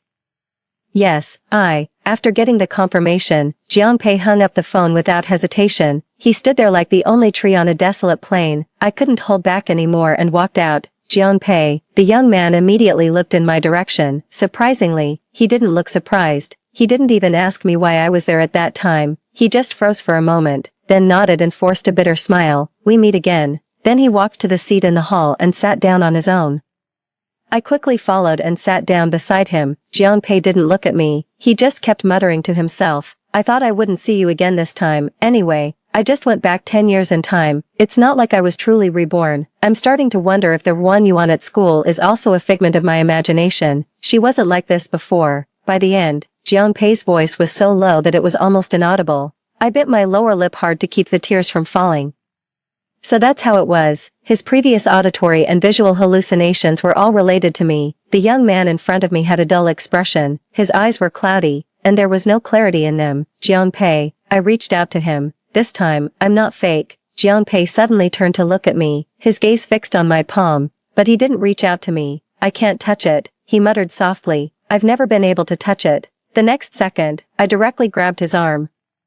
Ignoring his stunned expression, I placed his hand on mine and held it tightly. Jianpei, this time, I'm not fake. Time seemed to stand still at that moment. It was so quiet around us that I could clearly hear Jianpei's increasingly rapid breathing. 1 yuan, he called me. His tone was exactly the same as in that email. I'm here. I don't know how long it took, but the person beside me gradually regained clarity in his eyes. However, his gaze was still fixed on my hand, holding his tightly. I'm real, I repeated. It's real, Jianpei murmured, then turned his gaze to me. But it's not real either. You're not the 18-year-old Wang Yuan, he said it firmly. I was stunned for a moment, then took a deep breath. Yes, I'm not. We both came from 10 years later. Did I die? After a long silence, Jianpei asked me. In that world, yes. Did you listen to the email I sent you? Yes, Jianpei seemed to understand. He stood up and tried to pull his hand away, but I held on tightly, and he couldn't pull it out. It's late, you should go back. He seemed to be chasing me away. No, Wang Yuan. He held my arm with his other hand and tried to push me away, as if he wanted to break free from my grip. Don't pity me. The corners of his eyes turned red, and it seemed that he was about to cry at any moment. I was going crazy. It wasn't pity. Not compassion. I'm not pitying you. I'm here because my feelings are the same as yours. It was because we had the same feelings. It was because I liked him too. People shouldn't be too straightforward, otherwise, when they calm down, they'll blush furiously and be too embarrassed to say a word. Jianpei and I sat there, not daring to look at each other. After about 10 minutes, Jianpei asked me, did you skip school to come here? If he doesn't know how to chat, he doesn't have to talk. Yeah, I replied sullenly. Actually, I'm fine. I'm not a child anymore. As he spoke, he probably realized how ridiculous it sounded, and his voice grew softer and softer. I don't believe it, I said bluntly. There was another moment of silence. I'm really much better. That was the first time since I came back that the first time what? The first time, I couldn't control my emotions. I frowned. There's no need to control them. What's there to control? Laugh when you want to laugh. Cry when you want to cry. And if you want to smash this damn world, then smash it. Jianpei was stunned. You're so different from before. You're different too. I stared at him. It was already late at night. Only one light was on in the corridor, like a moon. I changed the subject. How's your grandfather? He's okay. He just needs to be observed for a while longer. Aren't you going to sleep later? It's okay. I'm not sleepy, but as we were talking, his head suddenly leaned on my shoulder. He was sound asleep and wouldn't wake up no matter how much I called him. After it completely quieted down, my hand involuntarily reached out and touched Jianpei's head. His hair was quite soft, and a bit greasy, but the corners of my mouth curved up involuntarily. I wasn't afraid anymore. If there were any more hardships, we could bear them together. If necessary, we could be the ones who go against the wind. Jianpei slept until almost dawn, and I had to shake him awake.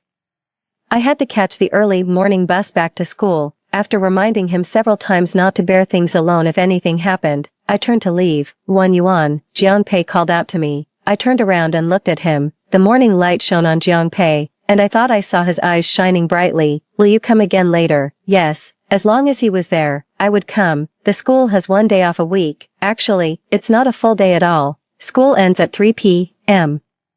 And we have to be back at school before 9 a.m. the next day. As soon as Mr. Lee announced the end of class, I grabbed my bag and rushed out of the classroom, planning to go to the hospital to see Jianpei and his grandfather. As soon as I reached the door, I ran into Fu Qing, who had said he would take me home. He looked at me for a few seconds, as if he could read my mind. Where are you going? Nowhere. Fu Qing stared into my eyes, and the next sentence sent a chill down my spine. You skipped school on Monday night, didn't you? Huh. I pretended not to understand. On Monday, I happened to be on patrol after the lights went out. The young man in front of me had an unchanged expression. I saw. Before he could finish, I covered his mouth. Then I lowered my head to confess and humbly begged for mercy. Don't tell anyone. I really had something very important to do that day. Fu Chang's gaze shifted to my hand, and then he nodded, but as soon as I let go, I heard him say, so you really did skip school. I'm not on the patrol team, Fu Qing analyzed calmly. I just happened to see you sneaking in from outside the school gate on Tuesday morning. I just tested you earlier, but my words just now had clearly confirmed his guess. Where were you planning to go? The hospital. To see who? Jianpei. Fu Qing didn't respond immediately. After a long silence, he stepped aside to make way for me. You can go, but I'm coming with you.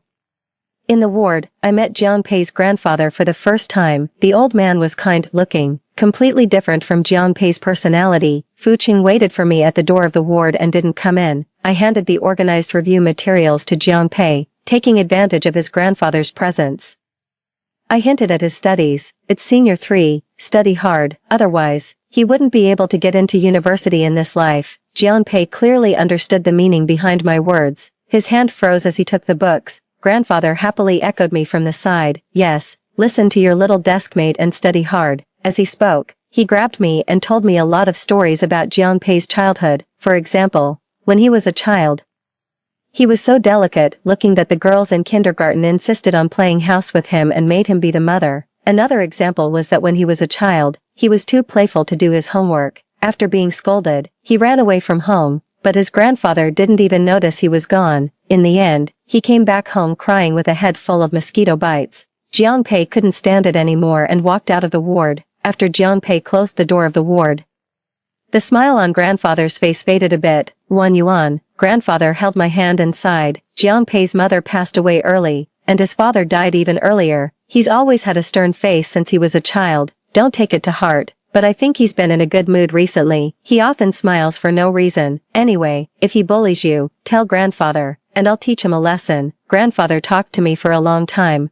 Finally, Jianpei came in and interrupted him. It's almost 5 o'clock. She still needs to go home for dinner. Before leaving, Jianpei said to me a little awkwardly, I'll be back at school in a few days. Okay, I nodded. After a few seconds of silence, Jianpei spoke again. I remember everything you said last time. He lowered his head, his voice becoming softer. So, I'll work hard. On the way home, I was thinking about how to ask Fuqing to spare me and not tell my parents what he knew. But before I could say anything, Fuqing asked me first, was it also for him that you asked me for those books last time? Yes. Do you like him? Yes. My mouth answered this question faster than my brain could think. Oh no. I had just added another charge of puppy love to my list of crimes. Oh, unexpectedly. Fuqing just nodded slightly. Don't worry. I won't tell your parents about this. Huh. I stood there, thinking I had misheard, but Fuqing kept walking, and his pace was getting faster and faster. I just had a chat with him. He seems like a nice guy, but he's a bit depressed. You can remind him to see a doctor. That's good, he said. We've known each other for so many years, and this is the first time I've seen you be so brave. It seems like you've become an adult before me. A few days later, as he promised, Jianpei returned to school and focused on his studies. In November, art exam policies were introduced in various provinces.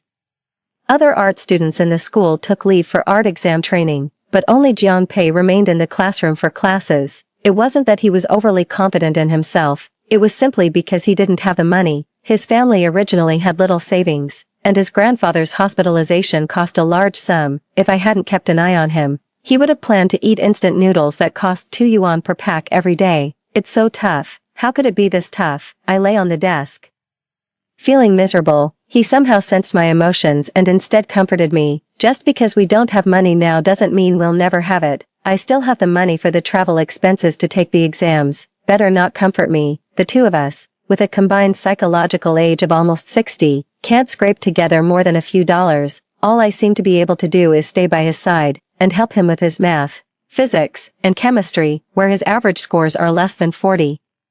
At the beginning of December, Jianpei took a half-month leave to take exams at major art universities across the country, so every day after the evening self-study, I was always the first one to rush out of the classroom, all for the sake of running to the school phone booth and making a call to him. Calls from the school phone automatically hung up after 3 minutes. In order to talk to him more, my stutter was almost cured. Did you eat well today?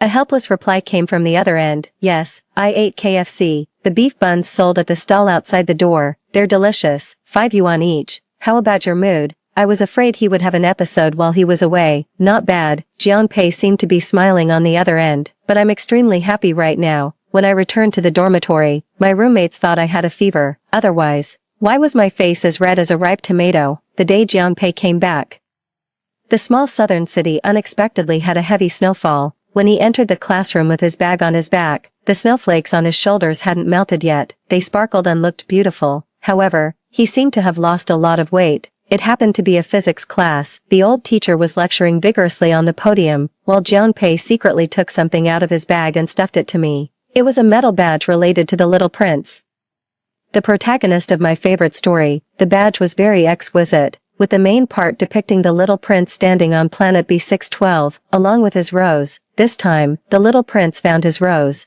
Jianpei said softly. My vision gradually blurred. Am I the Little Prince or the rose? The Little Prince who traveled through countless planets and finally mustered the courage to search for his rose. Jianpei, Come and solve this problem on the blackboard. I don't know how. This year, the spring festival came particularly early. After the New Year's Eve dinner, I lay on the sofa and took a short nap, then had a dream. In the dream, there were two paths in front of me. At the end of one path was Jianpei. At the end of the other path was me at the age of 28. A voice echoed in my heart, choose one, choose one. Without the slightest hesitation, I walked over to Jianpei. Have you made your choice? Yes, I have, as soon as I nodded. The sound of fireworks outside the window woke me up from my dream. Looking at the time, only a few minutes had passed. The fireworks outside the window were still bursting. I grabbed my phone, ran to the balcony, and dialed a number. Hello, Jianpei's voice came from the phone. Jianpei, I just had a dream. There was a moment of silence on the other end, and then he asked me, what kind of dream? I dreamed about choosing between you and myself, unexpectedly. Jianpei didn't ask me which one I finally chose. He just said, now that you mention it, I also had a similar dream before. In the dream, at the end, he asked me if I wanted to wake up. What did you choose? He was taken aback. Guess. TCH. I looked up at the fireworks bursting in the sky. Jianpei, the new year is almost here. Yeah, after the new year.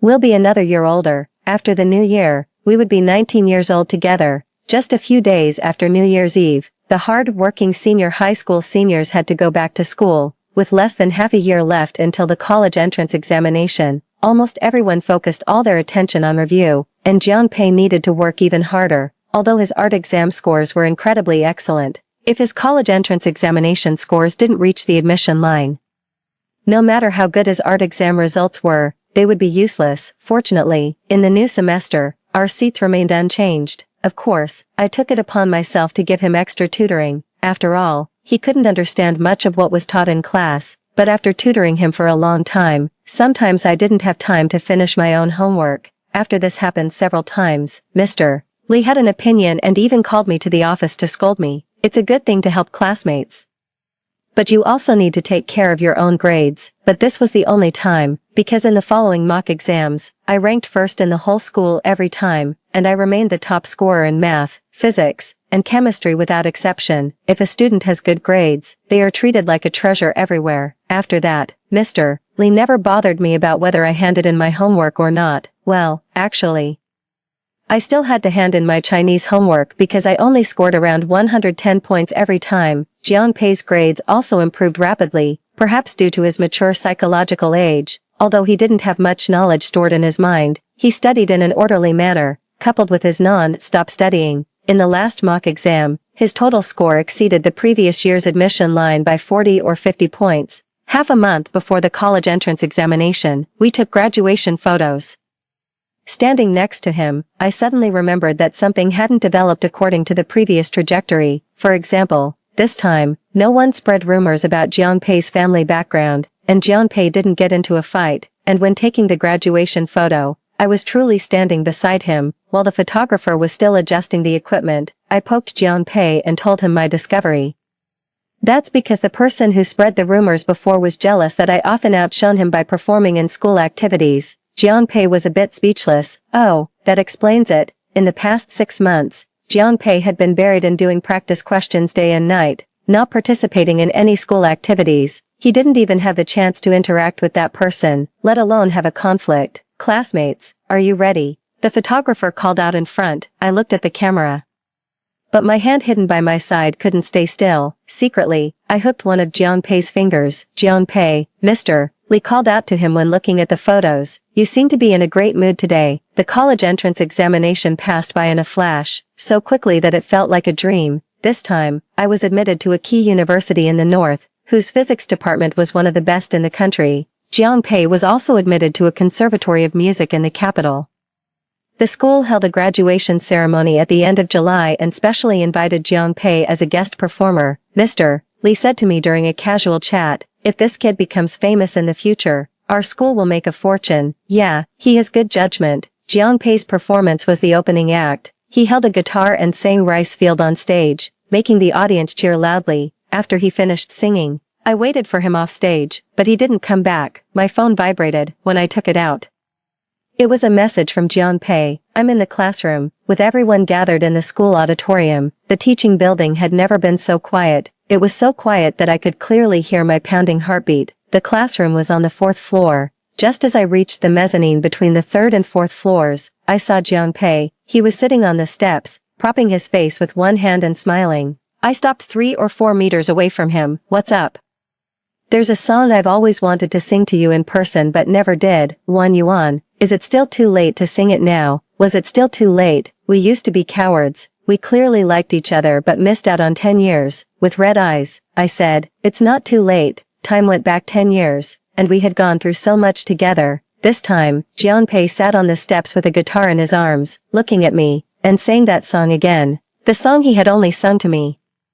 The song written only for me. Finally, after the last note faded, I mustered up the courage to say the words that had been buried in my heart. "Jianpei, I like you." Jianpei smiled, his eyes bright, and reached out his hand to me. "So, can we hold hands? Can we walk forward together?" The moment our fingers touched, Jianpei stood up and embraced me. "I like you too, like you so much." It was our first love. Like the sunlight that falls on you in summer, not scorching hot because a breeze has blown by. Before going to university to register, I went to the temple again. This time, I went with Jianpei. This time, it was Jianpei who knelt devoutly in front of the Guanyin statue and prayed. I stood by and watched him, smiling. "I thought you wouldn't believe in this kind of thing." It had been a full year since we were reborn, and my stutter was almost completely cured. Jianpei looked at me. "Shouldn't I be the one saying that?" "Oh, he's right." I almost forgot that I used to study physics. There was a fairly well-known love tree outside the temple, with red ribbons hanging from its branches. At a glance, most of the ribbons had the names of both parties written on them. I stared at them for a long time. Just as I was about to ask Jianpei if he wanted to hang one too, I turned around and saw that he already had a red ribbon in his hand. "Why didn't you ask me?" I wanted to tease him. Jianpei narrowed his eyes. "You don't want to?" "Yes, I do." I blinked. I just didn't expect that the famous Mr. Jiang would be so proactive. This time, Jianpei didn't blush, but when hanging the ribbon, he suddenly said, "You took 99 steps towards me. I have to take the last step." Actually, that's not true. Jianpei took the first step too. He took that extremely important first step, which led to our current happy ending. When we were about to leave, a monk in the temple stopped Jianpei, saying that the abbot wanted to talk to him. I waited outside the room. It would be a lie to say I wasn't worried. After all, after the abbot stopped me last time, things didn't go so well. But then I thought, it didn't matter. No matter what hardships came our way, we were going to be together. When Jianpei came out, his expression didn't change. On the way down the mountain, I asked him, "What did the abbot say to you?" Jianpei paused, then replied honestly, "I forgot. He talked a lot in classical Chinese, and I didn't understand, but I did understand the last sentence." "What was it?" "He congratulated me on finally coming through all the hardships." The story that followed could indeed be described as after suffering comes happiness. During his freshman year, Jianpei registered an account on a certain video sharing platform and became one of the first music bloggers. He didn't show his face, but with his original songs, he easily became a top recommended blogger on the platform. Then, when netizens suspected that he might not be good looking, he participated in a talent show and debuted first by a huge margin. Hee, the thoughts of a 30-year-old man. He's quite good at playing hard to get, of course. His biological father still had the nerve to come and ask him for money in this life, but a long time ago, the last bit of their relationship was severed by his father's own actions. Jianpei didn't give him a single cent, so his father went online to complain and appeared on TV shows, severely criticizing Jianpei for not recognizing his own father on the shows. Then Jianpei sued him in court for abandonment, extortion, and slander. Each charge was enough to send him to prison for a while. And when it came to using the internet, how could he possibly compare to Jianpei, who had been in the entertainment industry for 8 or 9 years? In the end, he ended up ruined and had to serve an 8-year prison sentence. As for me, I just remained an ordinary college student. But because I had already learned all the knowledge, I ranked first in my major in every exam. Then my supervisor invited me to participate in research and write SCI papers. When I got busy, I could go a whole day without replying to Jianpei's messages. The consequence of often not checking my phone was that I learned about my boyfriend's rumored romances from the casual conversations of my junior female classmates. Jianpei had declared from the beginning that he wasn't single, but he had never revealed any information about me, so it was reasonable that netizens paired him up with others. While I was still browsing Weibo to catch up on the so-called gossip, my father suddenly called, As soon as I answered, I heard him angrily say, "Is the news about Jianpei on the internet true? I even regarded him as my future son-in-law. I was nice to him the last time he sent you home." I found it funny and deliberately asked, "When did you start regarding him as your son-in-law? Didn't you think he would affect me before this time?" It was my father's turn to stutter and be at a loss for words. "The news is fake," I laughed. If I didn't have this much confidence, I might as well break up with Jianpei. Sure enough, that night, Jianpei posted on Weibo, "I have a girlfriend. I've liked her for many years," as shown in the picture. The picture was of 2 1 yuan coins. For a time, there were all kinds of speculations, so he added a comment, "Her study and work require a quiet environment, and I don't want anyone to disturb her." When I saw this comment, my head was resting on Jianpei's shoulder. He took a 3-hour high-speed train to my city, just to snuggle up with me on the sofa and watch a movie. The story on the screen was coming to an end. The protagonists hugged each other and then kissed passionately. I was watching intently, but Jianpei raised his hand and covered my eyes. "What are you doing? Don't look at improper things." Just as I was about to mock him for pretending to be innocent at his age, I felt a soft and moist touch on my lips. Along with the warm breath exhaled by Jianpei, I don't know how long the kiss lasted. It lasted until my whole body started to heat up and I let out a whimper. Then Jianpei finally let me go. "1 yuan, he smiled, his voice hoarse and sexy, but there were tears in his eyes. "I love you." The song Jianpei wrote for me was never released. When I asked him why after we got married, Jianpei's face turned red, which was a rare sight. "Because it's a song exclusively for you. Because it's a memory exclusive to us." Epilogue, virtual. When did Jianpei realize that his condition had become more severe? It was when he saw 1 yuan. He had originally thought that he was just severely depressed, but that was still manageable. After taking his medication, he could constrainedly fall asleep, albeit in a groggy state, unable to distinguish between reality and dreams. But after waking up from a dream one day, he was sweating. As soon as he got out of bed, he suddenly heard a noise coming from the living room. When he went over to check, the sight of someone's back made his heart skip a beat. Time seemed to stand still at that moment. 1 yuan was wearing the white shirt she used to wear most often in high school, with her back to him. While Jianpei was still in a daze, 1 yuan turned around and saw him. "Desk mate," she called him slowly, smiling. Jianpei understood almost immediately that this was just his imagination. 1 yuan would never smile at him like that. The doctor's words echoed in his ears. "This illness may cause symptoms of auditory and visual hallucinations later on, and that's when it gets really serious." He seemed to know everything, but he still couldn't help approaching her. "Jianpei," 1 yuan looked up at him, her tone more cheerful than he had ever heard. "Long time no see." This was the person he had been thinking about for so long. The one he softly called out to every late night when he couldn't fall asleep. This was the fabricated, virtual 1 yuan. Jianpei tugged at the corners of his mouth, but warm tears escaped from his eyes. "Long time no see, 1 yuan. So what if it was virtual? He might as well consider it a lucid dream. It was his deepest, most hidden secret. "Are you feeling unwell anywhere recently?" "No, I reserved the first seat for the concert as you asked. But I didn't see your friend come." "Why, she came." She was here. I saw her. Maybe she left in a hurry." It was another rainy day with heavy downpours. Jianpei sat by the floor-to-ceiling window, with 1 yuan beside him. The thunder outside was so loud that it made his head spin. "1 yuan," he called her softly. "I'm here." Jianpei turned to look at her. He must have been out of his mind because he slowly leaned towards 1 yuan. Just this once, let him cross the line.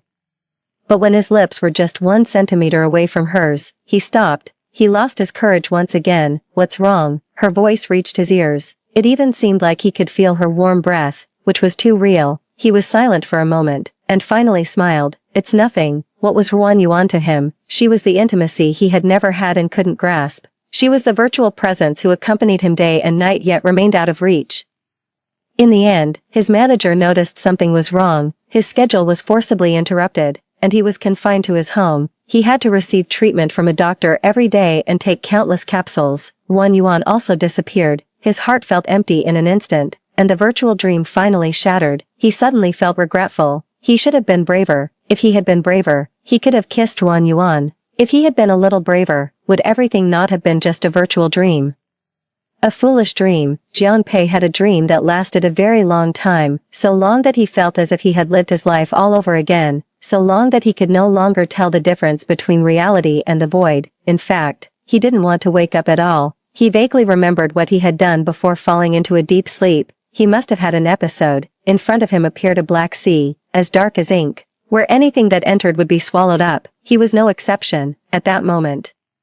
He suddenly felt tired. It was hard to explain. Maybe he also felt a sense of relief. Anyway, he couldn't hold on to anything he wanted to. In a trance, he suddenly thought of Ruan Yuan, the little stutterer, also a fool, the big bad guy who hadn't contacted him for years and had left him behind, but also the star he had yearned for until the very last moment. He struggled to get to the computer, calmly set a time, and sent an email to Ruan Yuan. Then, exhausted, he collapsed to the floor. It was the last step he had mustered the courage to take. After a long time, he involuntarily got up, took his sedatives, and popped them into his mouth one by one like candies. When sleepiness overcame him, he became a little more sober. His hand struggled to reach for the water on the table, but he ended up knocking over the glass and cutting his hand. Scarlet blood dripped onto the floor, and it seemed as if something had broken. Bang, in a daze. He seemed to have returned to the time when he first met Ruan Yuan in senior high school, but this time, Ruan Yuan seemed different. She no longer seemed as silent and shy as in his memory. She would take the initiative to talk to him, stutteringly introduce herself, and loudly say okay when the old teacher asked her to explain problems to him. She had also become much bolder, daring to look straight at him and even saying that he was good-looking. It must be a dream. It had to be a dream, yet. He was greedy. Everything felt too real, making it impossible for him to tell whether it was reality or a dream. He heard someone's heartbeat, pounding loudly in his ears. He could clearly see the texture of her lips and smell the faint fragrance on her. Ruan Yuan even took the initiative to grab his hand and hold it tightly in hers. Jiangpei, her voice was clear. I'm here. I'm right here. By his side, the sea lost its color. His world was no longer a silent darkness. When his consciousness was on the verge of drowning, a voice asked him, do you want to wake up? Should he wake up? Jiangpei thought, he might as well just keep sleeping. Even if it was a dream, he would accept it. He simply couldn't bear a world without Ruan Yuan. Worst case scenario. It was just a foolish dream. Worst case scenario. He would just sleep forever. The long season. The winter in City Z suddenly felt extremely long to Fuqing. On the day of the first snowfall, Fuqing got off work early, which was a rare occurrence. Then he went to the flower shop downstairs and bought a new bouquet of lily of the valley. He only ever bought lily of the valley, to the extent that whenever the shop assistants saw him, they would directly say, today's lily of the valley is also very fresh. Another bouquet. He nodded slightly, but this time he added, please wrap it nicely. The shop assistant smiled. Are you giving these to someone this time? After all, he had never requested special packaging before. Fuqing was taken aback for a moment, and finally just nodded. In fact, he had always been giving the flowers to someone. With the flowers in hand, Fuqing went straight to the hospital. As the new year approached, the hospital was quiet and deserted. The young nurse at the front desk already knew him well. After greeting him, she let him go to Ruan Yuan's ward. He opened the door of the ward and immediately saw Ruan Yuan lying on the bed, as if she were asleep. After placing the flowers by her bedside, Fuqing sat down. Ruan Yuan seemed to have lost even more weight compared to the last time he visited. She was already a small, framed person, and now she looked even tinier. Fuqing looked at her quietly for a long, long time. The doctor had already told him that the chance of Ruan Yuan waking up was slim, because upon observation, it seemed that she simply had no motivation to wake up and return to the real world. To be honest, he didn't understand. He didn't understand why Ruan Yuan, who had always been silent and timid, chose to act bravely when she happened to see a high school student attempting to jump into the river a year ago. Judging from the surveillance footage, she didn't hesitate at all. She followed the person and plunged into the icy river. She saved the person, but she herself hadn't woken up yet due to staying in the water for too long. Why? Was it because she couldn't bear to see someone so young lose their life? Or was it because the person's back resembled someone else's? He still remembered that when he rushed to the hospital, Ruan Yuan's parents were crying uncontrollably, and her mother almost fainted in the hospital corridor. Did she really not consider the consequences of doing this at all? Fuqing unconsciously clenched his fists, and a sour feeling welled up in his throat. Ruan Yuan had approached him on her own initiative after Jiangpei's death. In the consultation room, she kept her head down, with red-rimmed eyes. Recently, I can't sleep at all through the night. Every time I close my eyes, I feel like crying. Finally, she looked up and asked him, Fuqing, am I sick? Ruan Yuan played the last email Jiangpei sent to her for him. After the audio ended, he could no longer remain calm. Ruan Yuan, He's such a coward, all these years.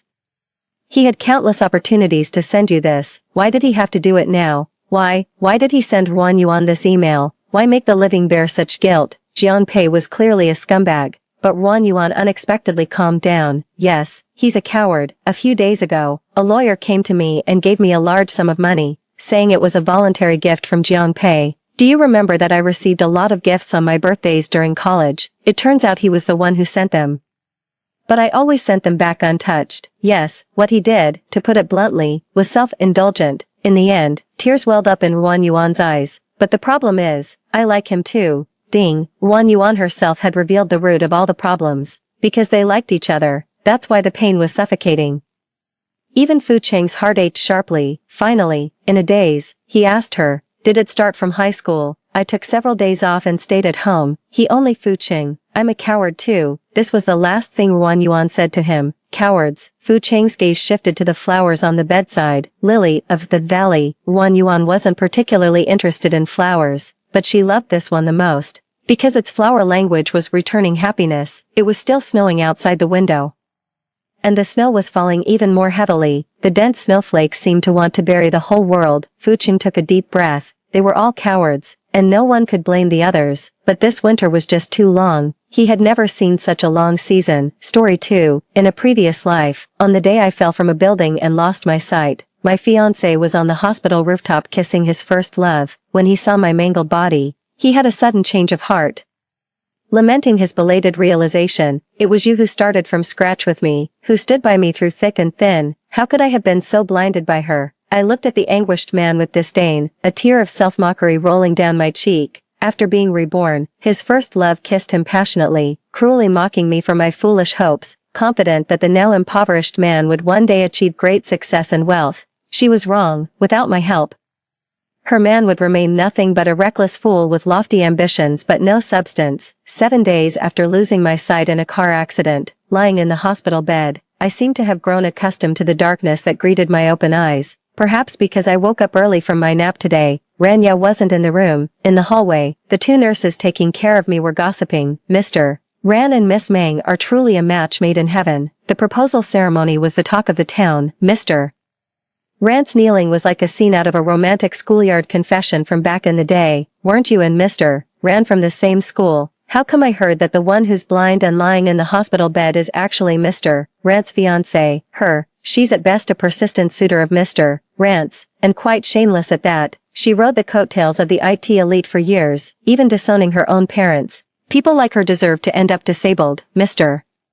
Ran meets Miss Meng on the rooftop every day at this time. They're really sweet together. I bit my lip hard, feeling a suffocating ache in my chest. As if a sharp knife was slicing through my organs, I stifled my sobs. The man who whispered in my ear before nap time, promising to celebrate my birthday with me upon waking, was already entangled with his first love. Memories flooded back, piercing my mind like shards of glass, shattering my last defenses. A grand proposal, a perfect match. They were indeed well suited for each other. What was I then? A joke? I fumbled out of bed, and not 2 steps later, I tripped over a chair, pain shooting through my knee. The nurses at the door, upon hearing the noise, laughed and pretended not to see my plight. Leaving together, I had grown used to this. My body bore many bruises from bumps and scrapes, unnoticed by the nurses, and so far undiscovered by Ranyao. He was always busy, glancing at me briefly before being whisked away by trivial company matters. Now I understood. He was just fitting me in during a break from his dates with Meng Wanqiu, not wanting anyone to see my disheveled state. I groped along the wall to the stairwell. The hospital stairs were long, and the pain of a broken rib in my chest sounded an alarm through my body. I clenched my lips, suppressing the taste of blood in my throat, driven to confront him for an answer.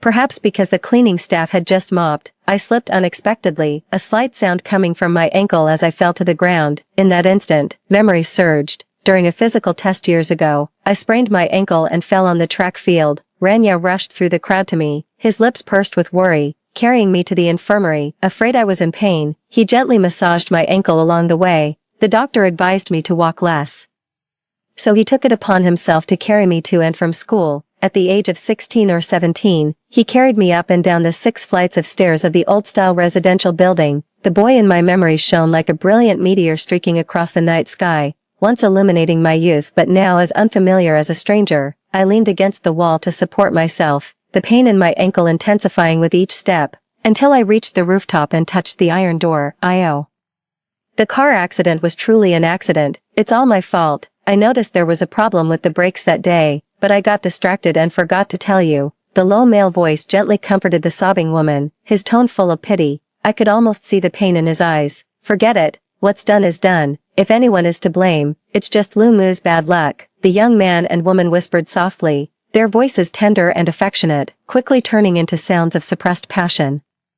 The fear of near death from the accident still lingered in my body, causing me to tremble all over, each breath cutting through my chest like a knife. I had lost my sight, broken 3 ribs, yet all I got in return was his remark about my bad luck. The betrayal of a lover was more terrifying than darkness. As I opened the iron door and stepped out, I despairingly realized that I couldn't discern their location. I wanted to curse, to vent, to denounce Io's betrayal. But when the words reached my lips, all that came out was a choke. In my panic, I felt a harsh push from behind. The pain in my ankle worsened. I stumbled forward, then suddenly felt myself hanging in the air, plummeting straight down. As my soul separated from my shattered limbs, I saw Io rushing over clumsily. People surrounded my body. He forcefully made his way through the crowd, pausing in shock when he saw my twisted corpse, then abruptly stepped back.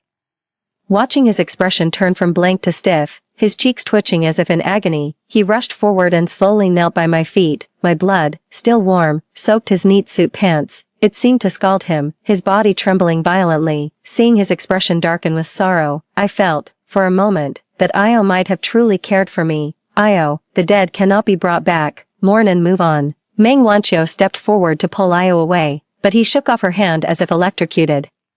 Stumbling backwards, his knuckles whitening as he gripped the ground, his eyes filled with resentment towards her, some advised him to mourn and move on, others noted his deep feelings, yet Io seemed deaf to the world, his back bent severely, his shoulders shaking. He frantically tried to realign my dislocated bones, to wipe the blood from my face, but it just wouldn't come off.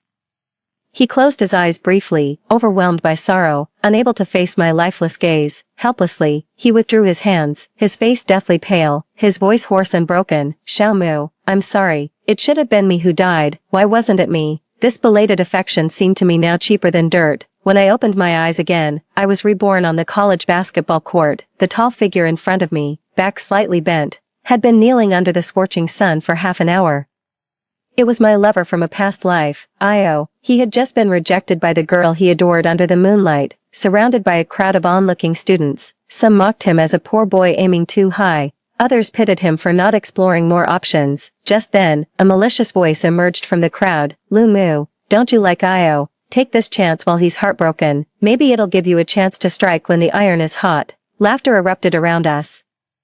And the young man's gaze slowly shifted towards me, his dark eyes sparkling. At this moment, he lacked the composure and the slackness brought on by wealth of his later years. His expression was aloof and rebellious, and there was a hint of barely noticeable ambition. I used to be captivated by the pride in his gaze, always feeling that he had an unreachable sense of aloofness. Looking back now, it's absurd. He was just an ordinary person. It was my affection that cast him in a different light.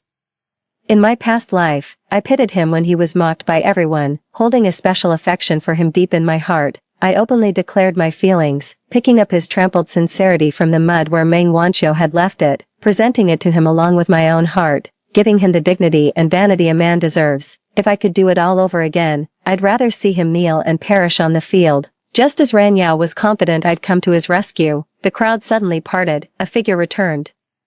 It was Meng Wanqiu. She was drenched in sweat, gasping for air as she clutched her chest, and with a long arm, she shielded Ran Yao behind her, glaring at me viciously. Ran Yao is mine, give up on him, she hissed. I slowly curled my lips into a smile. Turns out, I wasn't the only one who was reborn. In my previous life, Meng Wanqiu never ended up with Ran Yao. She had planned to use Ran Yao's fame and fortune to help her bankrupt father make a comeback, but after my death, Ran Yao inexplicably sold off our company, valued at billions, and donated all the money to charity, keeping none for himself. Meng Wanqiu desperately ran to the apartment Ran Yao and I once shared, skillfully entering the password to let herself in. Under the dim light, a disheveled man surrounded by bottles and cigarette ashes held my photo. Drunk and unconscious, Meng Wanqiu cried incessantly, hoping her tender words would win back the man's affection. Ran Yao, look at me.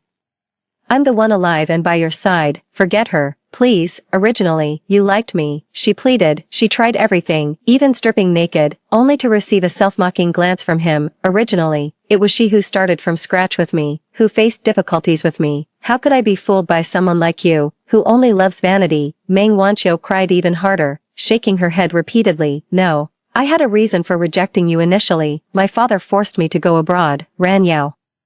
I've always liked you. Whether you were a poor boy or a rich man, my feelings for you will never change. Let's pull ourselves together. We can start another company. You are talented and gifted. You can certainly make it great again. Ran Yao pushed her away, letting the broken glass cut into her skin without a second glance. Furious, Meng Wanqiu cursed at my grave day after day, saying I wouldn't let her have peace even in death. That I still monopolized Ran Yao's heart from below the ground.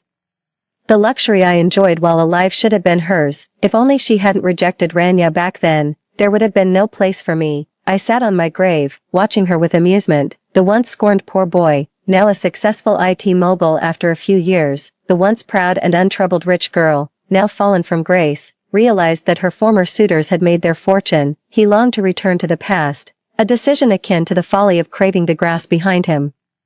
How could one expect to achieve anything substantial without putting in the effort? Ran Yao's current success was not handed to him on a silver platter. I was the one who entertained investors and drank until my stomach bled. I worked tirelessly through nights, revising project proposals. It was I who helped Ran Yao ascend to his current esteemed position, earning him widespread adoration and applause. Otherwise, with his proud and impulsive nature, he would have been devoured in the ruthless business world, leaving nothing behind, not even bones. Meng Wanqiu obviously couldn't hear the pleas of my heart. Her venomous gaze fell upon my photograph, her face twisting grotesquely. If I were given another chance, I would never let go of Ran Yao, and in another life, she did just that. Meng Wanqiu grabbed Ran Yao by the hand, pulling him up from the plastic track, and picked up a dust-covered rose from the ground. She carefully dusted it off.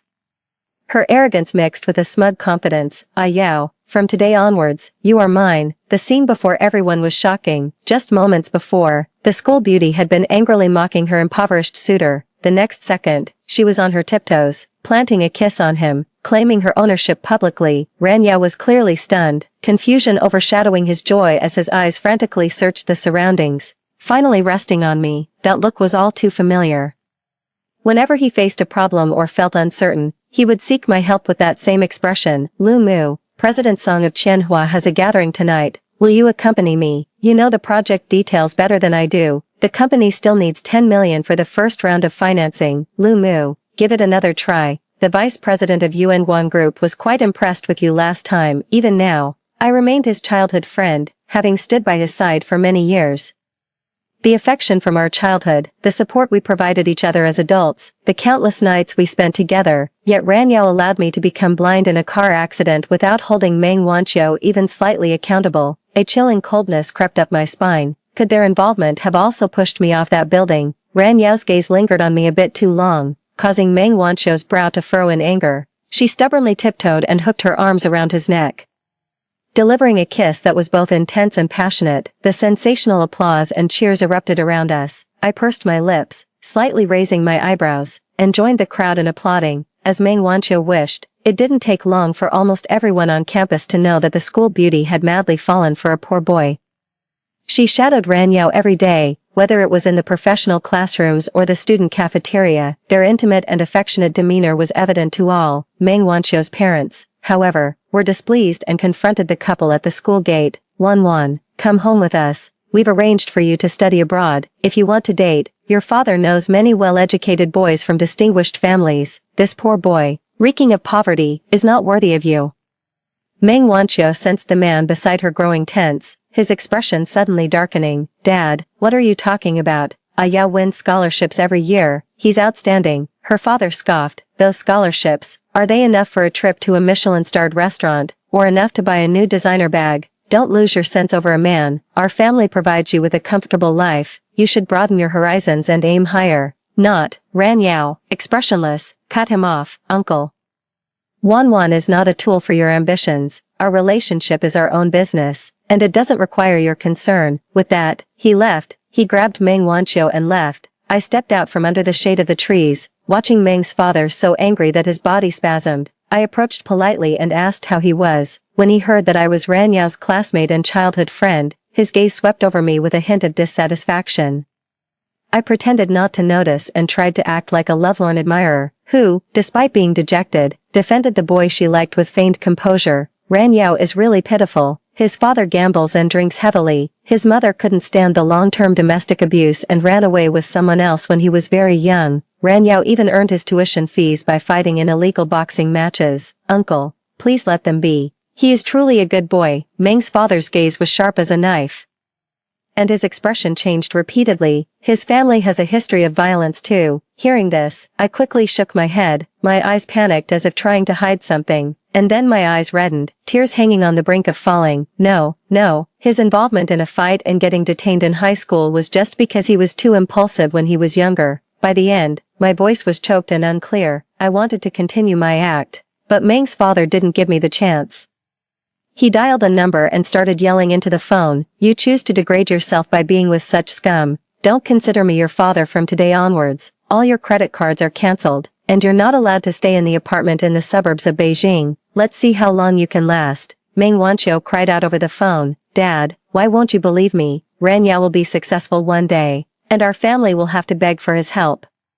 Meng's father didn't believe her at all. Soon, Meng Wanqiu received a text message about her credit card being deactivated, her throat burning with anger. "No wonder our family will go bankrupt in the future. With your arbitrary nature, even a fortune would be squandered away by you." That single mention of bankruptcy infuriated Meng's father to the point where he almost had a heart attack. He felt like Meng Wanqiu had been blinded by stupidity, and he scolded her along with her mother, who usually doted on her daughter. "If I find out you're secretly giving her money, both of you can get out of this house." Meng's mother tried to calm her husband cautiously, not daring to utter a word of dissent. That evening, Meng Wanqiu kicked open my dorm room door, her eyes venomous as if poisoned. "It was you who badmouthed me in front of my parents, wasn't it, Lu Mu? You're even more shameless than I thought. Don't think I'll leave Ran Yao. He will only ever belong to me, and you're just a cheap woman no one wants even if you throw yourself at them." I closed the book in my hands, calmly meeting the gaze of the furious woman in front of me, who still only saw relationships as a means to an end. Perhaps my calmness irritated her,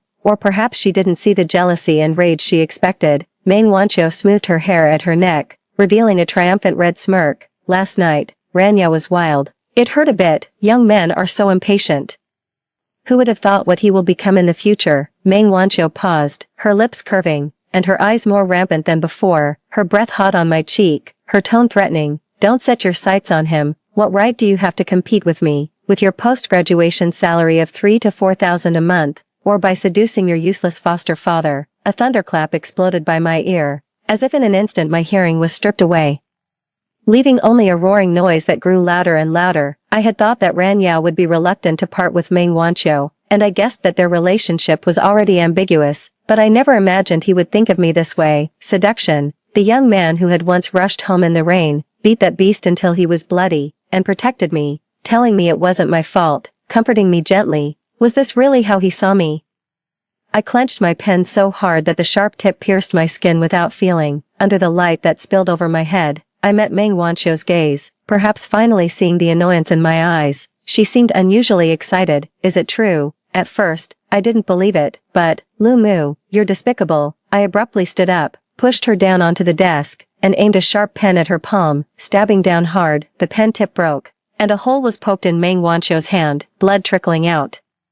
The fresh blood against her porcelain skin was strikingly conspicuous. She covered her palm and cried out, "Lu Mu, you've gone mad." She grabbed the paper scissors from the desk and lunged at me. As I saw someone rushing in from outside, I paused for a moment, turned my head to one side, and the sharp edge of the scissors grazed my neck. Blood dripped down to my collarbone, soaking the collar of my white dress. I clenched my teeth in pain, not making a sound.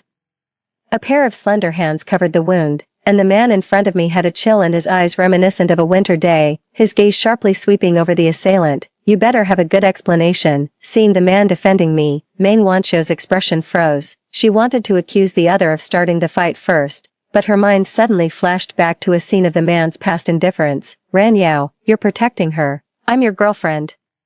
The skin under the palm on my neck shivered. I turned my face away, avoiding the man's touch. Ran Yao's eyebrows furrowed, his eyes fixed on me, his voice rough. "Are you all right?" I looked at him and coldly said, "Get out." Ran Yao looked stunned for a moment, his eyes filled with complex emotions. as if he couldn't accept that the girl who once only had eyes for him was now speaking to him with such indifference. I felt a chill. Ran Yao, like most men, was no different. When he was poor, all he thought about was how to make more money. After enjoying wealth, his thoughts turned to luxuries and desires, fine wine, women, and the thrill of regrets. These had become the new targets in his life. I never thought he cared much for Meng Wanqiu. It was just youthful pride and a man's desire at play. The unattainable moonlight and the mosquito blood already in hand.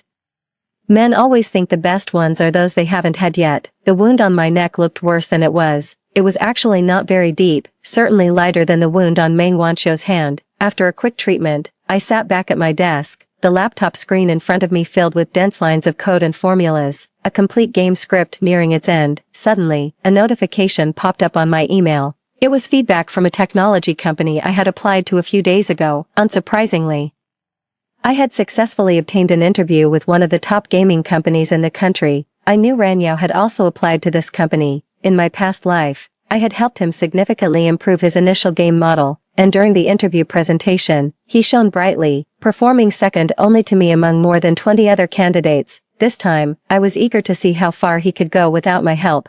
My phone screen suddenly lit up, and almost instantly, I hung up. The caller was persistent, as if determined not to give up, and when blocked, they resorted to sending text messages from other numbers. Lu Mu, do you have no conscience? Mom is so ill, and you can't even help, but can't you at least come to see her? The message was from my so-called younger brother, who wasn't related by blood and never spoke politely. It seemed like he had never called me sister since I could remember. Although I don't particularly care for it either, to me, that family hardly qualifies as one. If I must label it, it might as well be called a den of vampires, the root of all evil. In my previous life, my foster parents were healthy and lively, still hopping around even after I died, yet, Lu Xian claimed his mother was ill. It was obvious without thinking, Meng Wanqiu must have been upset about being outdone by me tonight and was stirring up trouble again. After all, my so-called brother was her fervent admirer, obsessively devoted to her as if drugged. Groveling in the dust, the only strategy she and my brother, flattened by the iron of their circumstance, could think of was to exploit a woman's innocence for their own ends. I scoffed, my laughter loud enough to startle my roommate returning late. Upon hearing about Meng Wanqiu causing a scene in the dormitory, she was even more furious than I was. Did that little hussy come strutting around? I used to think she was so picky, looking down on her suitors through her nostrils. Turns out she's blind to have set her sights on Ran Yao. Seeing that I didn't respond, she quickly covered her mouth, remembering that I used to be the blindest of all, and blind I was, blinded in a car accident in my past life, then falling from a high place, my brain splattered everywhere, my body too decayed to look at. All of this was thanks to that despicable man and woman. Since God has given me the chance to turn back time, how could I not make good use of it? How could I not live this life properly? Meng Wanqiu, you've done so much evil, you're bound to encounter ghosts. Karma is long overdue to fall upon you. On Friday morning, I made a trip to the tube houses near the university town. My foster parents doted on their son, fearing he wouldn't adjust well to living and eating at school, so they rented a house to stay close to him. Pushing open the rusty iron gate, I was greeted by a strong smell of tobacco and alcohol. The house was eerily quiet. Except for the hurried footsteps coming from the bedroom, Lu Xian appeared before me, his yellow hair and his face a perfect blend of his father's sleaziness and his mother's harshness, with small, shifty eyes. At that moment, his pupils flashed with ill intent. The sun is harsh outside, you must be thirsty, have a drink to cool down. He offered me a bottle of soda, already opened, with a lift of his eyebrows and a look of arrogant pride, as if being served by him was a great honor. I barely lifted my eyelids and took the bottle without drinking. Aren't you saying your mom is seriously ill? Where is she? Lu Xian's smile faded instantly. Lu Mu, what's this about your mom and my mom? Don't forget your roots. If it weren't for my family taking you in, you would have starved on the streets hundreds of times. I had heard this phrase so often growing up that it made my ears callous. They couldn't have children for many years. And upon hearing advice to adopt a girl compatible with their zodiac to bring luck for a son, they did just that. Sure enough, they had a boy the following year, and their looks of disdain towards me grew. If it weren't for their fear of damaging their moral integrity and losing the annual subsidy of 2,000 yuan from the government, they would have abandoned me long ago. From a young age, I knew I was unwelcome in the family, yet I still harbored hopes for familial affection. Until that stormy night, the violent slap from my foster father, the cold gaze of my foster mother. If I hadn't stabbed the man and escaped, I would have lived in the shadow of this family forever. After that night, I never returned home, and they never gave me any living expenses. Years later, as Ran Yao's and my company was doing well, that couple protested under our building, accusing me of being unfilial until I fell to my death. They never once visited my grave.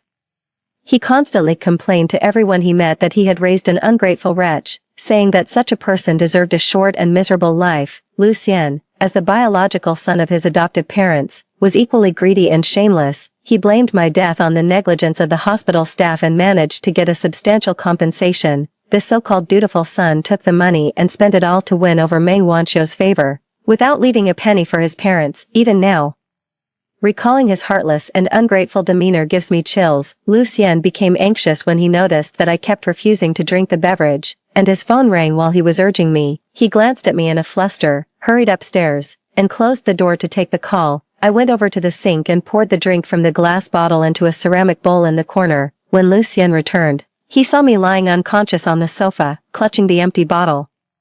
He kicked my shoulder with the tip of his shoe and sneered, "You dare to hurt Wan, you lowlife unworthy of public appearance. Today, I'll strip your clothes and record a video for the whole school." As he turned to get a camera from the cabinet, he barely pulled open the drawer when his head was struck hard, causing him to spin around and fall unconscious to the ground. The glass bottle shattered on the floor, and his phone dropped as well. I picked up the phone, opened the chat history, and sent messages to Meng Wanqiu and my foster father. As expected, Meng Wanqiu was lurking nearby. Upon receiving the message, she rushed over immediately. She burst through the door, impatiently complaining, "Why did you take so long? Do you know how hot it is outside? I'm about to die from the heat."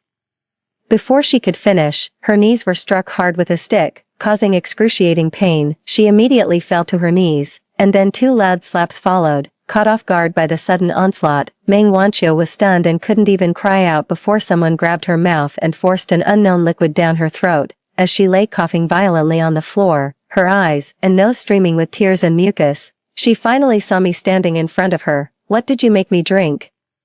She stepped back, glancing at Lucien, who lay unconscious on the floor, her speech faltering with fear. I flipped the bowl upside down on the table and let out a cold laugh. "Of course, it's the kind gift you prepared for me." The dizziness in her head made Meng Wanqiu realize I was not joking. Her expression drastically changed, and she frantically started to gag herself, but she couldn't stop the blurring of her consciousness or the strange feeling rising in her abdomen.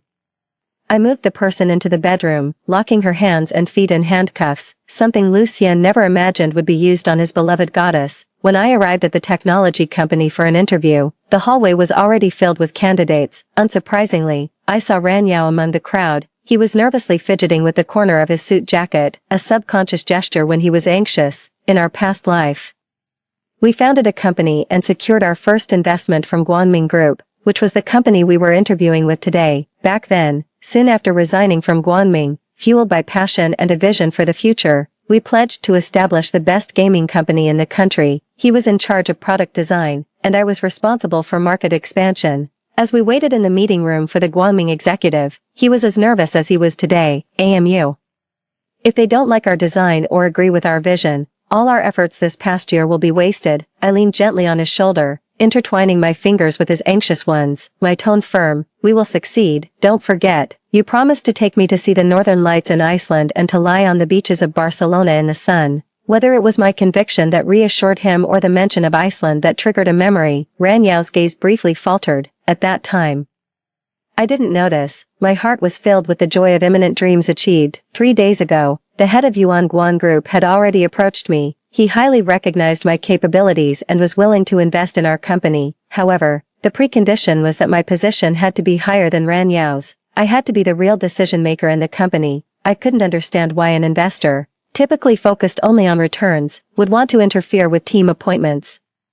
The leader responded straightforwardly, "Lu Mu, when you left the company, I truly regretted it. You are a rare genius, unlike Ran Yao, who is at best a standout among the average, bound by limited capabilities and vision. His potential is capped. I know you two are lovers. You must have helped him a lot with the portfolio during the interview, right? There's a barrier between ordinary people and geniuses. You can help him temporarily, but not for a lifetime." At the time, I didn't believe it and pushed Ran Yao up the ranks under pressure, keeping my meeting with the head of Yuan Guang a secret to protect his ego. Looking back, I was foolish. His betrayal and recklessness turned me into a joke in the eyes of others and shattered my faith in love. In the end, I was left standing in the rain, completely drenched. From a distance of 2 to 3 meters, Ranya took long strides towards me. His eyes were bright. When he noticed the wound on my neck, he seemed slightly uneasy. Does your wound still hurt? I ignored his concern and countered, what about Meng Wanqiu? Aren't you two inseparable? Why isn't she with you for such an important interview?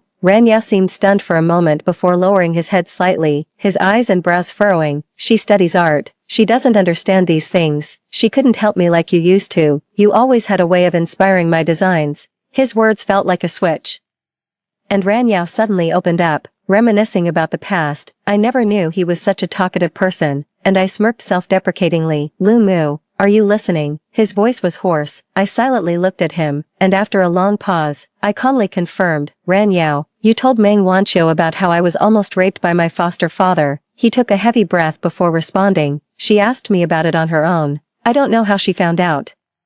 Where else could it have come from? Perhaps from them years later, casually mentioned while resting in bed after a lover's quarrel, or maybe Ranya treated it as a joke to tell her during her tantrums. Although I had guessed it, hearing it from his mouth still made my heart ache sharply, as if pierced by a blade, not because of him, but because of my pathetic, laughable decade of sacrifice. The interview was about to begin when Ranyao suddenly received a phone call.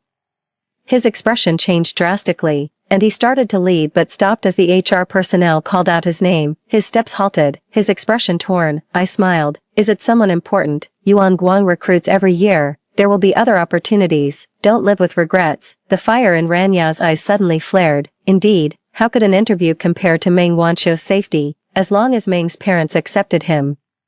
He wouldn't worry about opportunities to advance in the latter half of his life. Without any hesitation, he gave up the interview. I hurried back in the direction from which I had come. I picked up the documents and decisively headed to the conference room. There, I heard the deep and distant voice of the man sitting at the head of the table. Due to strategic adjustments within the company, this interview session will be Guangming Group's last external recruitment.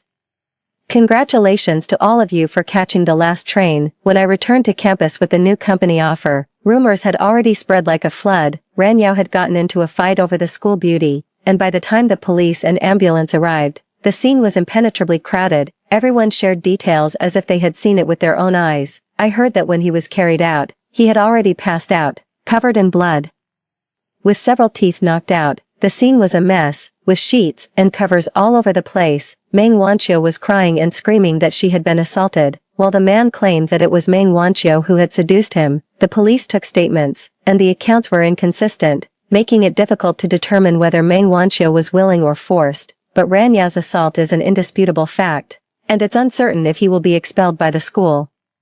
When I arrived at the hospital, my adoptive father had already awakened. His front teeth were shattered, his ribs broken, and his leg injured, lying on the bed no different from a dead fish. My adoptive mother was crying hysterically, cursing and demanding Ranya's life, while Lucien cowered in a corner, too terrified to make a sound. Seeing me enter the hospital room, Lucien rushed forward, grabbing my collar as if ready to strike, his teeth clenched in fury. Was it you? Did you do this? The commotion attracted the police nearby, who glanced over, forcing Lucien to let go of me. I straightened my crumpled collar and spoke in a low, mocking tone. If you think it was me, why don't you go tell the police? Tell them how you conspired with Meng Wanqiu to ruin me, where your aphrodisiac came from, and discuss how the man lying on that bed assaulted your beloved goddess. Lucien's eyes reddened, his fists clenched tightly, yet he dared not retort. Breathing heavily as if he wanted to devour me alive, I patted his shoulder regretfully, advising him in a sincere tone, my dear brother, we are family. It pains me to see our father suffering in bed, not to mention, the medical bills are over 1,000 a day. Why don't you negotiate a private settlement with Meng Wanqiu? If our family doesn't pursue Ranya's assault, and she minimizes the issue, it might just resolve. Lucien gritted his teeth, caught in a long struggle. His gaze fell on our father, filled with anger and helplessness, resenting him for tarnishing his idol, yet blaming himself for not waking up earlier to prevent the tragedy. If his father were branded as a rapist, what would his future hold as the son of a rapist? Finally, he made up his mind and confronted Meng Wanqiu on her way back to school. He thought it would require a lot of persuasion, but to his surprise, the goddess agreed on the spot. Asking only that the charges against Ranya be dropped, Lucien's feelings were mixed, and despite her forgiveness, His expression hardly improved as he loudly vented his dissatisfaction. Why do you like him so much? What's so good about him that you would make such a big sacrifice? Meng Wanqiu's expression darkened instantly. Didn't she want to send that disgusting man to jail for life? Didn't she want to strip Lumu of his skin and scatter his ashes? But what could she do now that it had happened? Once the police started investigating, it would inevitably lead back to her, harming herself as much as her enemy. Why bother? Ran Yao's future was meant to soar. He couldn't afford any blemishes or face expulsion from the school. She was willing to endure the injustice for now, waiting for the day Ran Yao would achieve great success. Crushing this family is no different than crushing bugs. It won't be long before that day comes. Yao is a genius. Once she graduates and sets up her company, she will be greeted with endless wealth and an elevated social status. Why should she bother entangling herself with these lowly people, wallowing in the mud? She holds a treasure in her hands, and her future is promising. The gossip that shook the school eventually ended with a settlement between the two families. Meng Wanqiu publicly claimed that on that day, she had taken some medicine and drank a bit of alcohol, which caused her to hallucinate. And it was all a misunderstanding. Although the law no longer pursued Ran Yao's responsibility, his involvement in a fight that resulted in serious injury violated school rules and regulations. He was not expelled, but he received a major demerit, and along with it, his scholarship and eligibility to compete in the national science and technology competition were revoked. When the instructor handed me the registration form for the science competition, I gladly signed my name. Thank you, teacher. I will do my best to bring honor to the academy. The school leaders originally had you in mind from the start. I don't know what got into you, recommending Ran Yao instead. Now, after all the twists and turns, it's back to you. It's all fate. Don't disappoint us. Okay, in my previous life, fate did not favor me. Ran Yao shone in the competition, receiving offers from multiple companies, and he was proud of this achievement for a long time. Even believing that his abilities were on par with mine. Even years later, when he had become the admired director Ran, he would still occasionally boast about this achievement. After all, it was the only time in Ran Yao's career that he beat me. Even though I didn't participate in the competition, he felt that it was because my abilities weren't recognized by the academy, while I represented the school in the competition in the capital. My roommate continuously updated me on Ran Yao and Meng Wanqiu's activities. Unable to bear the school's rumors, the two moved out of the school and rented a place together. Meng Wanqiu still hadn't kicked her habit of being extravagant, unwilling to compromise even slightly on her quality of life. To satisfy her, Ran Yao neglected to look for a proper internship and instead returned to his old job of fighting in underground boxing rings, coming home injured every night. Unfortunately, his efforts not only failed to earn a word of comfort from his girlfriend, but instead resulted in her hysterical accusations. How can you earn such disgraceful money? Aren't you studying computer science? Go start a company, make games, and earn big money. Do you want us to end up living in a basement, unseen by the sun, leading a poor life like your parents? Ran Yao's expression darkened frighteningly. Disgraceful, poor. The fatigue and dissatisfaction that had been accumulating day by day, along with the frustration of being cuckolded and unable to retaliate, exploded in that moment. Did you just realize I'm poor today? The money you despise so much supported me through high school and got me into college. If you look down on my parents so much, why did you get together with me in the first place? Oh, I almost forgot. When I confessed to you on the basketball court, you said I wasn't worthy of you. Later, for some reason, you suddenly changed your mind. It was as if he suddenly remembered something, a trace of confusion flashing in his eyes. Could it be because of Lu Mu? Once doubt sets in between people, trust collapses faster than a volcanic eruption. Meng Wanqiu grabbed Ran Yao's hand, panicked and at a loss, desperately trying to defend herself. Of course not, when I rejected you back then. I just wanted to test you. Yao, you are talented, don't waste it in unworthy places. Don't worry about the money, I'll figure it out. You just focus on starting your business. The two embraced again, but this time, both had their own agendas. Several times the Meng family tried to take their daughter home, but Meng Wanqiu sternly refused. Even when threatened by her father with disownment, and her mother sobbed as if she was about to kneel right then and there. Nothing could stop the young lady from nurturing her potential. The first game I developed was successfully launched online through Farlight Group, and upon its release, it received an enthusiastic response with a pleasing increase in download numbers. With the experience accumulated from my past life and an understanding of the psychology of the youth, the success of this new game was expected. However, when the first share of the profits hit my account, I was so excited that I couldn't sleep all night, even though in my previous life my fortune far exceeded this amount, and even later, when I drew a monthly salary of 3,000 to 4,000 just for the sake of experiencing the joy of receiving a paycheck. None of those moments were as thrilling as holding my phone and seeing the deposit now. From now on, every penny I earn won't have to be shared with Ranyao. I am me, he is he, and never again will our names be linked together.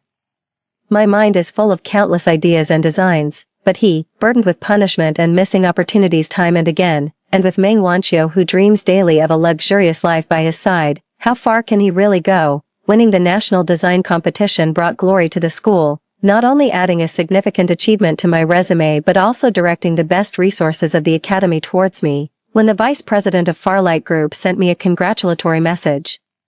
I was in the process of selecting an apartment, a spacious 3-bedroom with a north-to-south layout and excellent sunlight and views. Importantly, this location was set to be redeveloped into a commercial street in a few years, promising a threefold return, a sure win. Lu Xian, somehow hearing the news of my house purchase, blocked me with his adoptive parents at the company entrance. It turns out, Meng Wanqiu, despite being at a dead end, couldn't curb her extravagant spending habits.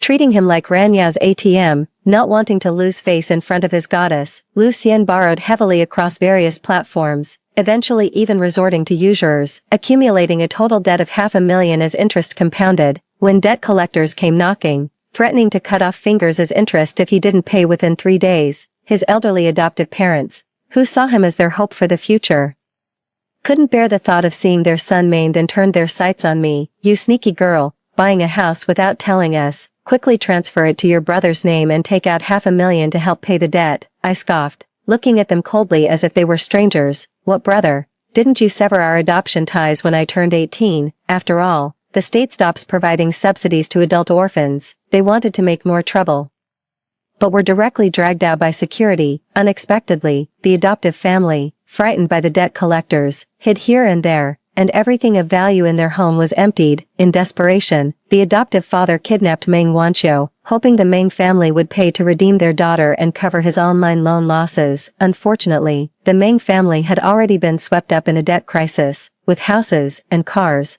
all tangible and intangible assets, completely seized and auctioned by the court. In his previous life, before the financial chain broke, Meng's father sent Meng Wanqiu abroad under the guise of studying overseas, carrying a large amount of laundered money, allowing her a few more years of splendor until she returned to the country broke and caught the attention of the nouveau riche Ranyao. This time, Meng Wanqiu's obstinate decisions led to the Meng family's downfall faster and more fiercely than remembered. The adoptive father, having stolen a car from a repair shop and managing to avoid public eyes, took Meng Wanqiu to an abandoned warehouse, only to find out about the Meng family's bankruptcy and their inability to help themselves. In a fit of rage, he took out his anger on Meng Wanqiu. After being tormented all night, Meng Wanqiu finally found a chance to escape at dawn. As he sped away in the car, he never anticipated that the brakes would fail and crash directly into the bridge railing.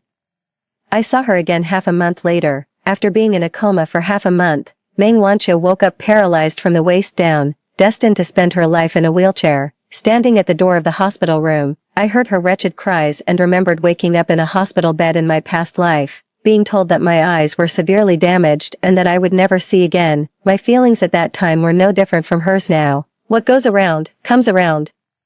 It seemed she was atoning for her sins from a past life. I was about to leave when I overheard a conversation between Meng Wanqiu and Ranyao in the hospital room. Your paralysis is your karma. The man's voice was cold and devoid of emotion, the kind only someone accustomed to commanding authority could possess. From just this one sentence, I knew he had changed. I stopped in my tracks, a myriad of emotions suddenly flooding my heart, all converging into a storm inside me. Meng Wanqiu slowly lifted her head from the hospital bed, her eyes trembling like an earthquake as she looked at Ranyao a few steps away. Ranyao, when did you come back? The vacant look in the man's eyes before her suddenly brought back memories of the past. In the days following Lu Mu's death, his gaze towards her was just like it was now, so close, yet seemingly miles away. It was as if she was awakening from a dream, trying to bridge the gap between them. She attempted to get out of bed, but her legs failed to respond, and inertia threw her off the bed. Despite her disheveled appearance, Meng Wanqiu propped herself up on her arms, trying to crawl towards Ranyao. The man simply stepped back, avoiding her touch, don't touch me, you disgust me, Ran Yao, you can't treat me like this, she pleaded, looking up at him with a voice full of misery. I haven't wronged you in this life, I'm the one by your side now. Ran Yao lowered his eyes and laughed mockingly. Can living another life negate the sins of the past? Ask Lu Mu if she would agree, ask if she can forgive you for blinding her and causing her death. After saying this, he ignored Meng Wanqiu's pleas, turned around, and pushed open the hospital door, his gaze meeting mine directly. At that moment, my heart was a whirlwind of emotions and memories from before my death. Indeed, Meng Wanqiu had played a part in my demise. Merely being paralyzed was far from enough. If I had any doubts about Ran Yao in this life before, they completely dissipated from that moment. From that day on, Ran Yao began to appear frequently by my side. He waited madly at my home, my company, and all the places I often visited, from early morning till dusk, from late autumn to the winter solstice. Watching him in the pouring rain with a desolate and dejected expression, I remembered how soon after my death in a previous life, he wept and repented at my grave, begging the heavens in the heavy rain for another chance. The two figures overlapped, and I laughed mockingly, feeling it dirted my eyes. A few days later, a disheveled woman caught Ran Yao's arm outside the company building, crying inconsolably. It was Ran Yao's mother, who had abandoned him in his youth to elope with a lover. It can be said that his insecure yet proud character stemmed entirely from this woman. In a previous life, I knew of his deep attachment to his mother. He had used all means in secret to find her whereabouts, but on his way back, he was involved in a serious car accident. Upon seeing the woman, Ran Yao froze in place, his eyes red as he stared at the other person, unable to utter the two words despite his hoarse voice. The woman was clearly agitated too, but her eyes did not show the joy of a long-awaited reunion. Instead, they resembled the soul of a ghost fallen into hell. Looking up at the living world, my child, save your brother, he is my life, she pleaded. After remarrying, Ran Yao's mother's younger son was suffering from kidney failure and lay in the hospital in urgent need of a transplant. She had repeatedly tried to find Ran Yao's whereabouts through contacts back in their hometown but to no avail. Just as she was about to give up, I found her, not only providing her with some money for medical expenses but also Ran Yao's address. She obeyed me as if I were a deity. When she appeared after many years, the first words she spoke were not to ask how he had been over the years but to request a kidney donation for a brother he had never met. For Ran Yao, who had always been proud and longed for maternal love, this was more torturous than death by 1,000 cuts. I knew how demanding that woman could be. Whether it was to repay the debt of birth or to sever this karmic tie, Ran Yao had no choice but to donate his kidney. When Ran Yao woke up from the anesthesia, he saw me waiting in the operating room and tried to get up excitedly, holding the post-operative care instructions. I glanced at him. The doctor said that donating a kidney will damage kidney function, and your immunity and metabolism won't be as good as normal people's. I informed him. Ran Yao was silent for a long time before he whispered, "It doesn't matter." I chuckled. "Indeed. A silver-plated spearhead, no big difference, everything is your karma." Ran Yao looked at me, his eyes a tangled mess of emotions, suddenly unraveling as if awakening from a deep dream. "Xiao Mu, you." Tears filled his eyes instantly, a look of regret at the bottom. I'm sorry for what I've done to you." His voice trembled violently, his chest heaving as he reached out to touch me. I stood still, repeating like it was a joke, "Don't touch me, dirty." Ran Yao's voice dried up, he closed his eyes in pain, as if my words had uncovered his most unbearable past. "You won't forgive me, will you?" I looked at him coldly, the irony in my eyes nearly spilling over, then pushed open the door and left straight away. Behind me, alarms soon sounded. Doctors and nurses hurried to the room as the patient's post-surgery emotional disturbance had caused him to faint again. On the hospital rooftop, the wind was strong as I leaned back in a lounge chair, waiting for Meng Wanqiu to wake up. In just a month, Meng Wanqiu seemed to have aged 10 years. Her figure dramatically thinner, due to the lack of funds for a caretaker and constant delays in paying hospital bills. The nurses showed no kindness to her. She opened her eyes groggily from her stupor, lowering her head to see her feet hanging dozens of meters in the air, which terrified her so much that her voice became hoarse like a duck's, afraid to exert any force lest she accidentally fall to her death. "Wake up. The view from the rooftop is indeed splendid. No wonder you and Ran Yao liked to meet secretly here." Meng Wanqiu turned her head and froze upon seeing me. "It's you." I nodded, propping up my chin as I assessed her. "Yes, it's me." Surprised, memories flooded back in an instant, and like a moth stepping into a trap, Meng Wanqiu finally realized the danger when she became ensnared in the web. "You tricked me. You've always had memories of your past life." Meng Wanqiu's voice grew shrill. "It's you who turned me into this hideous Ghostly figure, you want to monopolize Ran Yao. Wasn't it enough to benefit from him in your past life? This life you still compete with me. I irritably dug at my ears, then pushed the wheelchair forward half a step, thankfully quieting the shrill voice. Ran Yao is in the emergency room downstairs. If he survives, I'll definitely attend your wedding. I meant it sincerely, but Meng Wanqiu didn't believe me. What have you done to Ran Yao? Are you crazy? If he dies, you'll be doomed to poverty all your life. I laughed as if I'd heard a joke. How could that be? I have a house and a car, a promising future ahead, and my new company will be approved next month. The first round of financing, 10 million, has already been secured. It's from my former employer, Yuan Guang. Did you not know that? It can't be. It can't be. Meng Wanqiu acted crazily, tearing at her hair, forgetting her disabled legs. She reached out to stand and hit me, but she fell harshly to the ground, her head bleeding profusely, and she passed out. Lu Xian visited Meng Wanqiu in the hospital several times and later brought her back home. The goddess he once adored had now transformed into this sorry state, and Lu Xian felt no sympathy for her whatsoever. His foster father was arrested and jailed for kidnapping and abuse, while his foster mother, fearing debt collectors due to high-interest loans, had run off early on. Meng Wanqiu thought that Lu Xian still had feelings for her and was taking care of her out of affection, which made her quite pleased with herself. Unexpectedly, one evening, a group of people stormed into our house. Lu Xian humbly accepted a stack of banknotes from their hands and then handed over Meng Wanqiu to them. It was much later that I learned from Lu Xian, who had been arrested by the police, that he had sold Meng Wanqiu to a circus. At that place, disabilities were used as a gimmick to make money, and deformed women with any trace of beauty were particularly popular among the audience. When I left the police station, the sunlight was brilliant. My future, too, seemed like frost meeting the warm sun, my heart like plants, growing towards the light.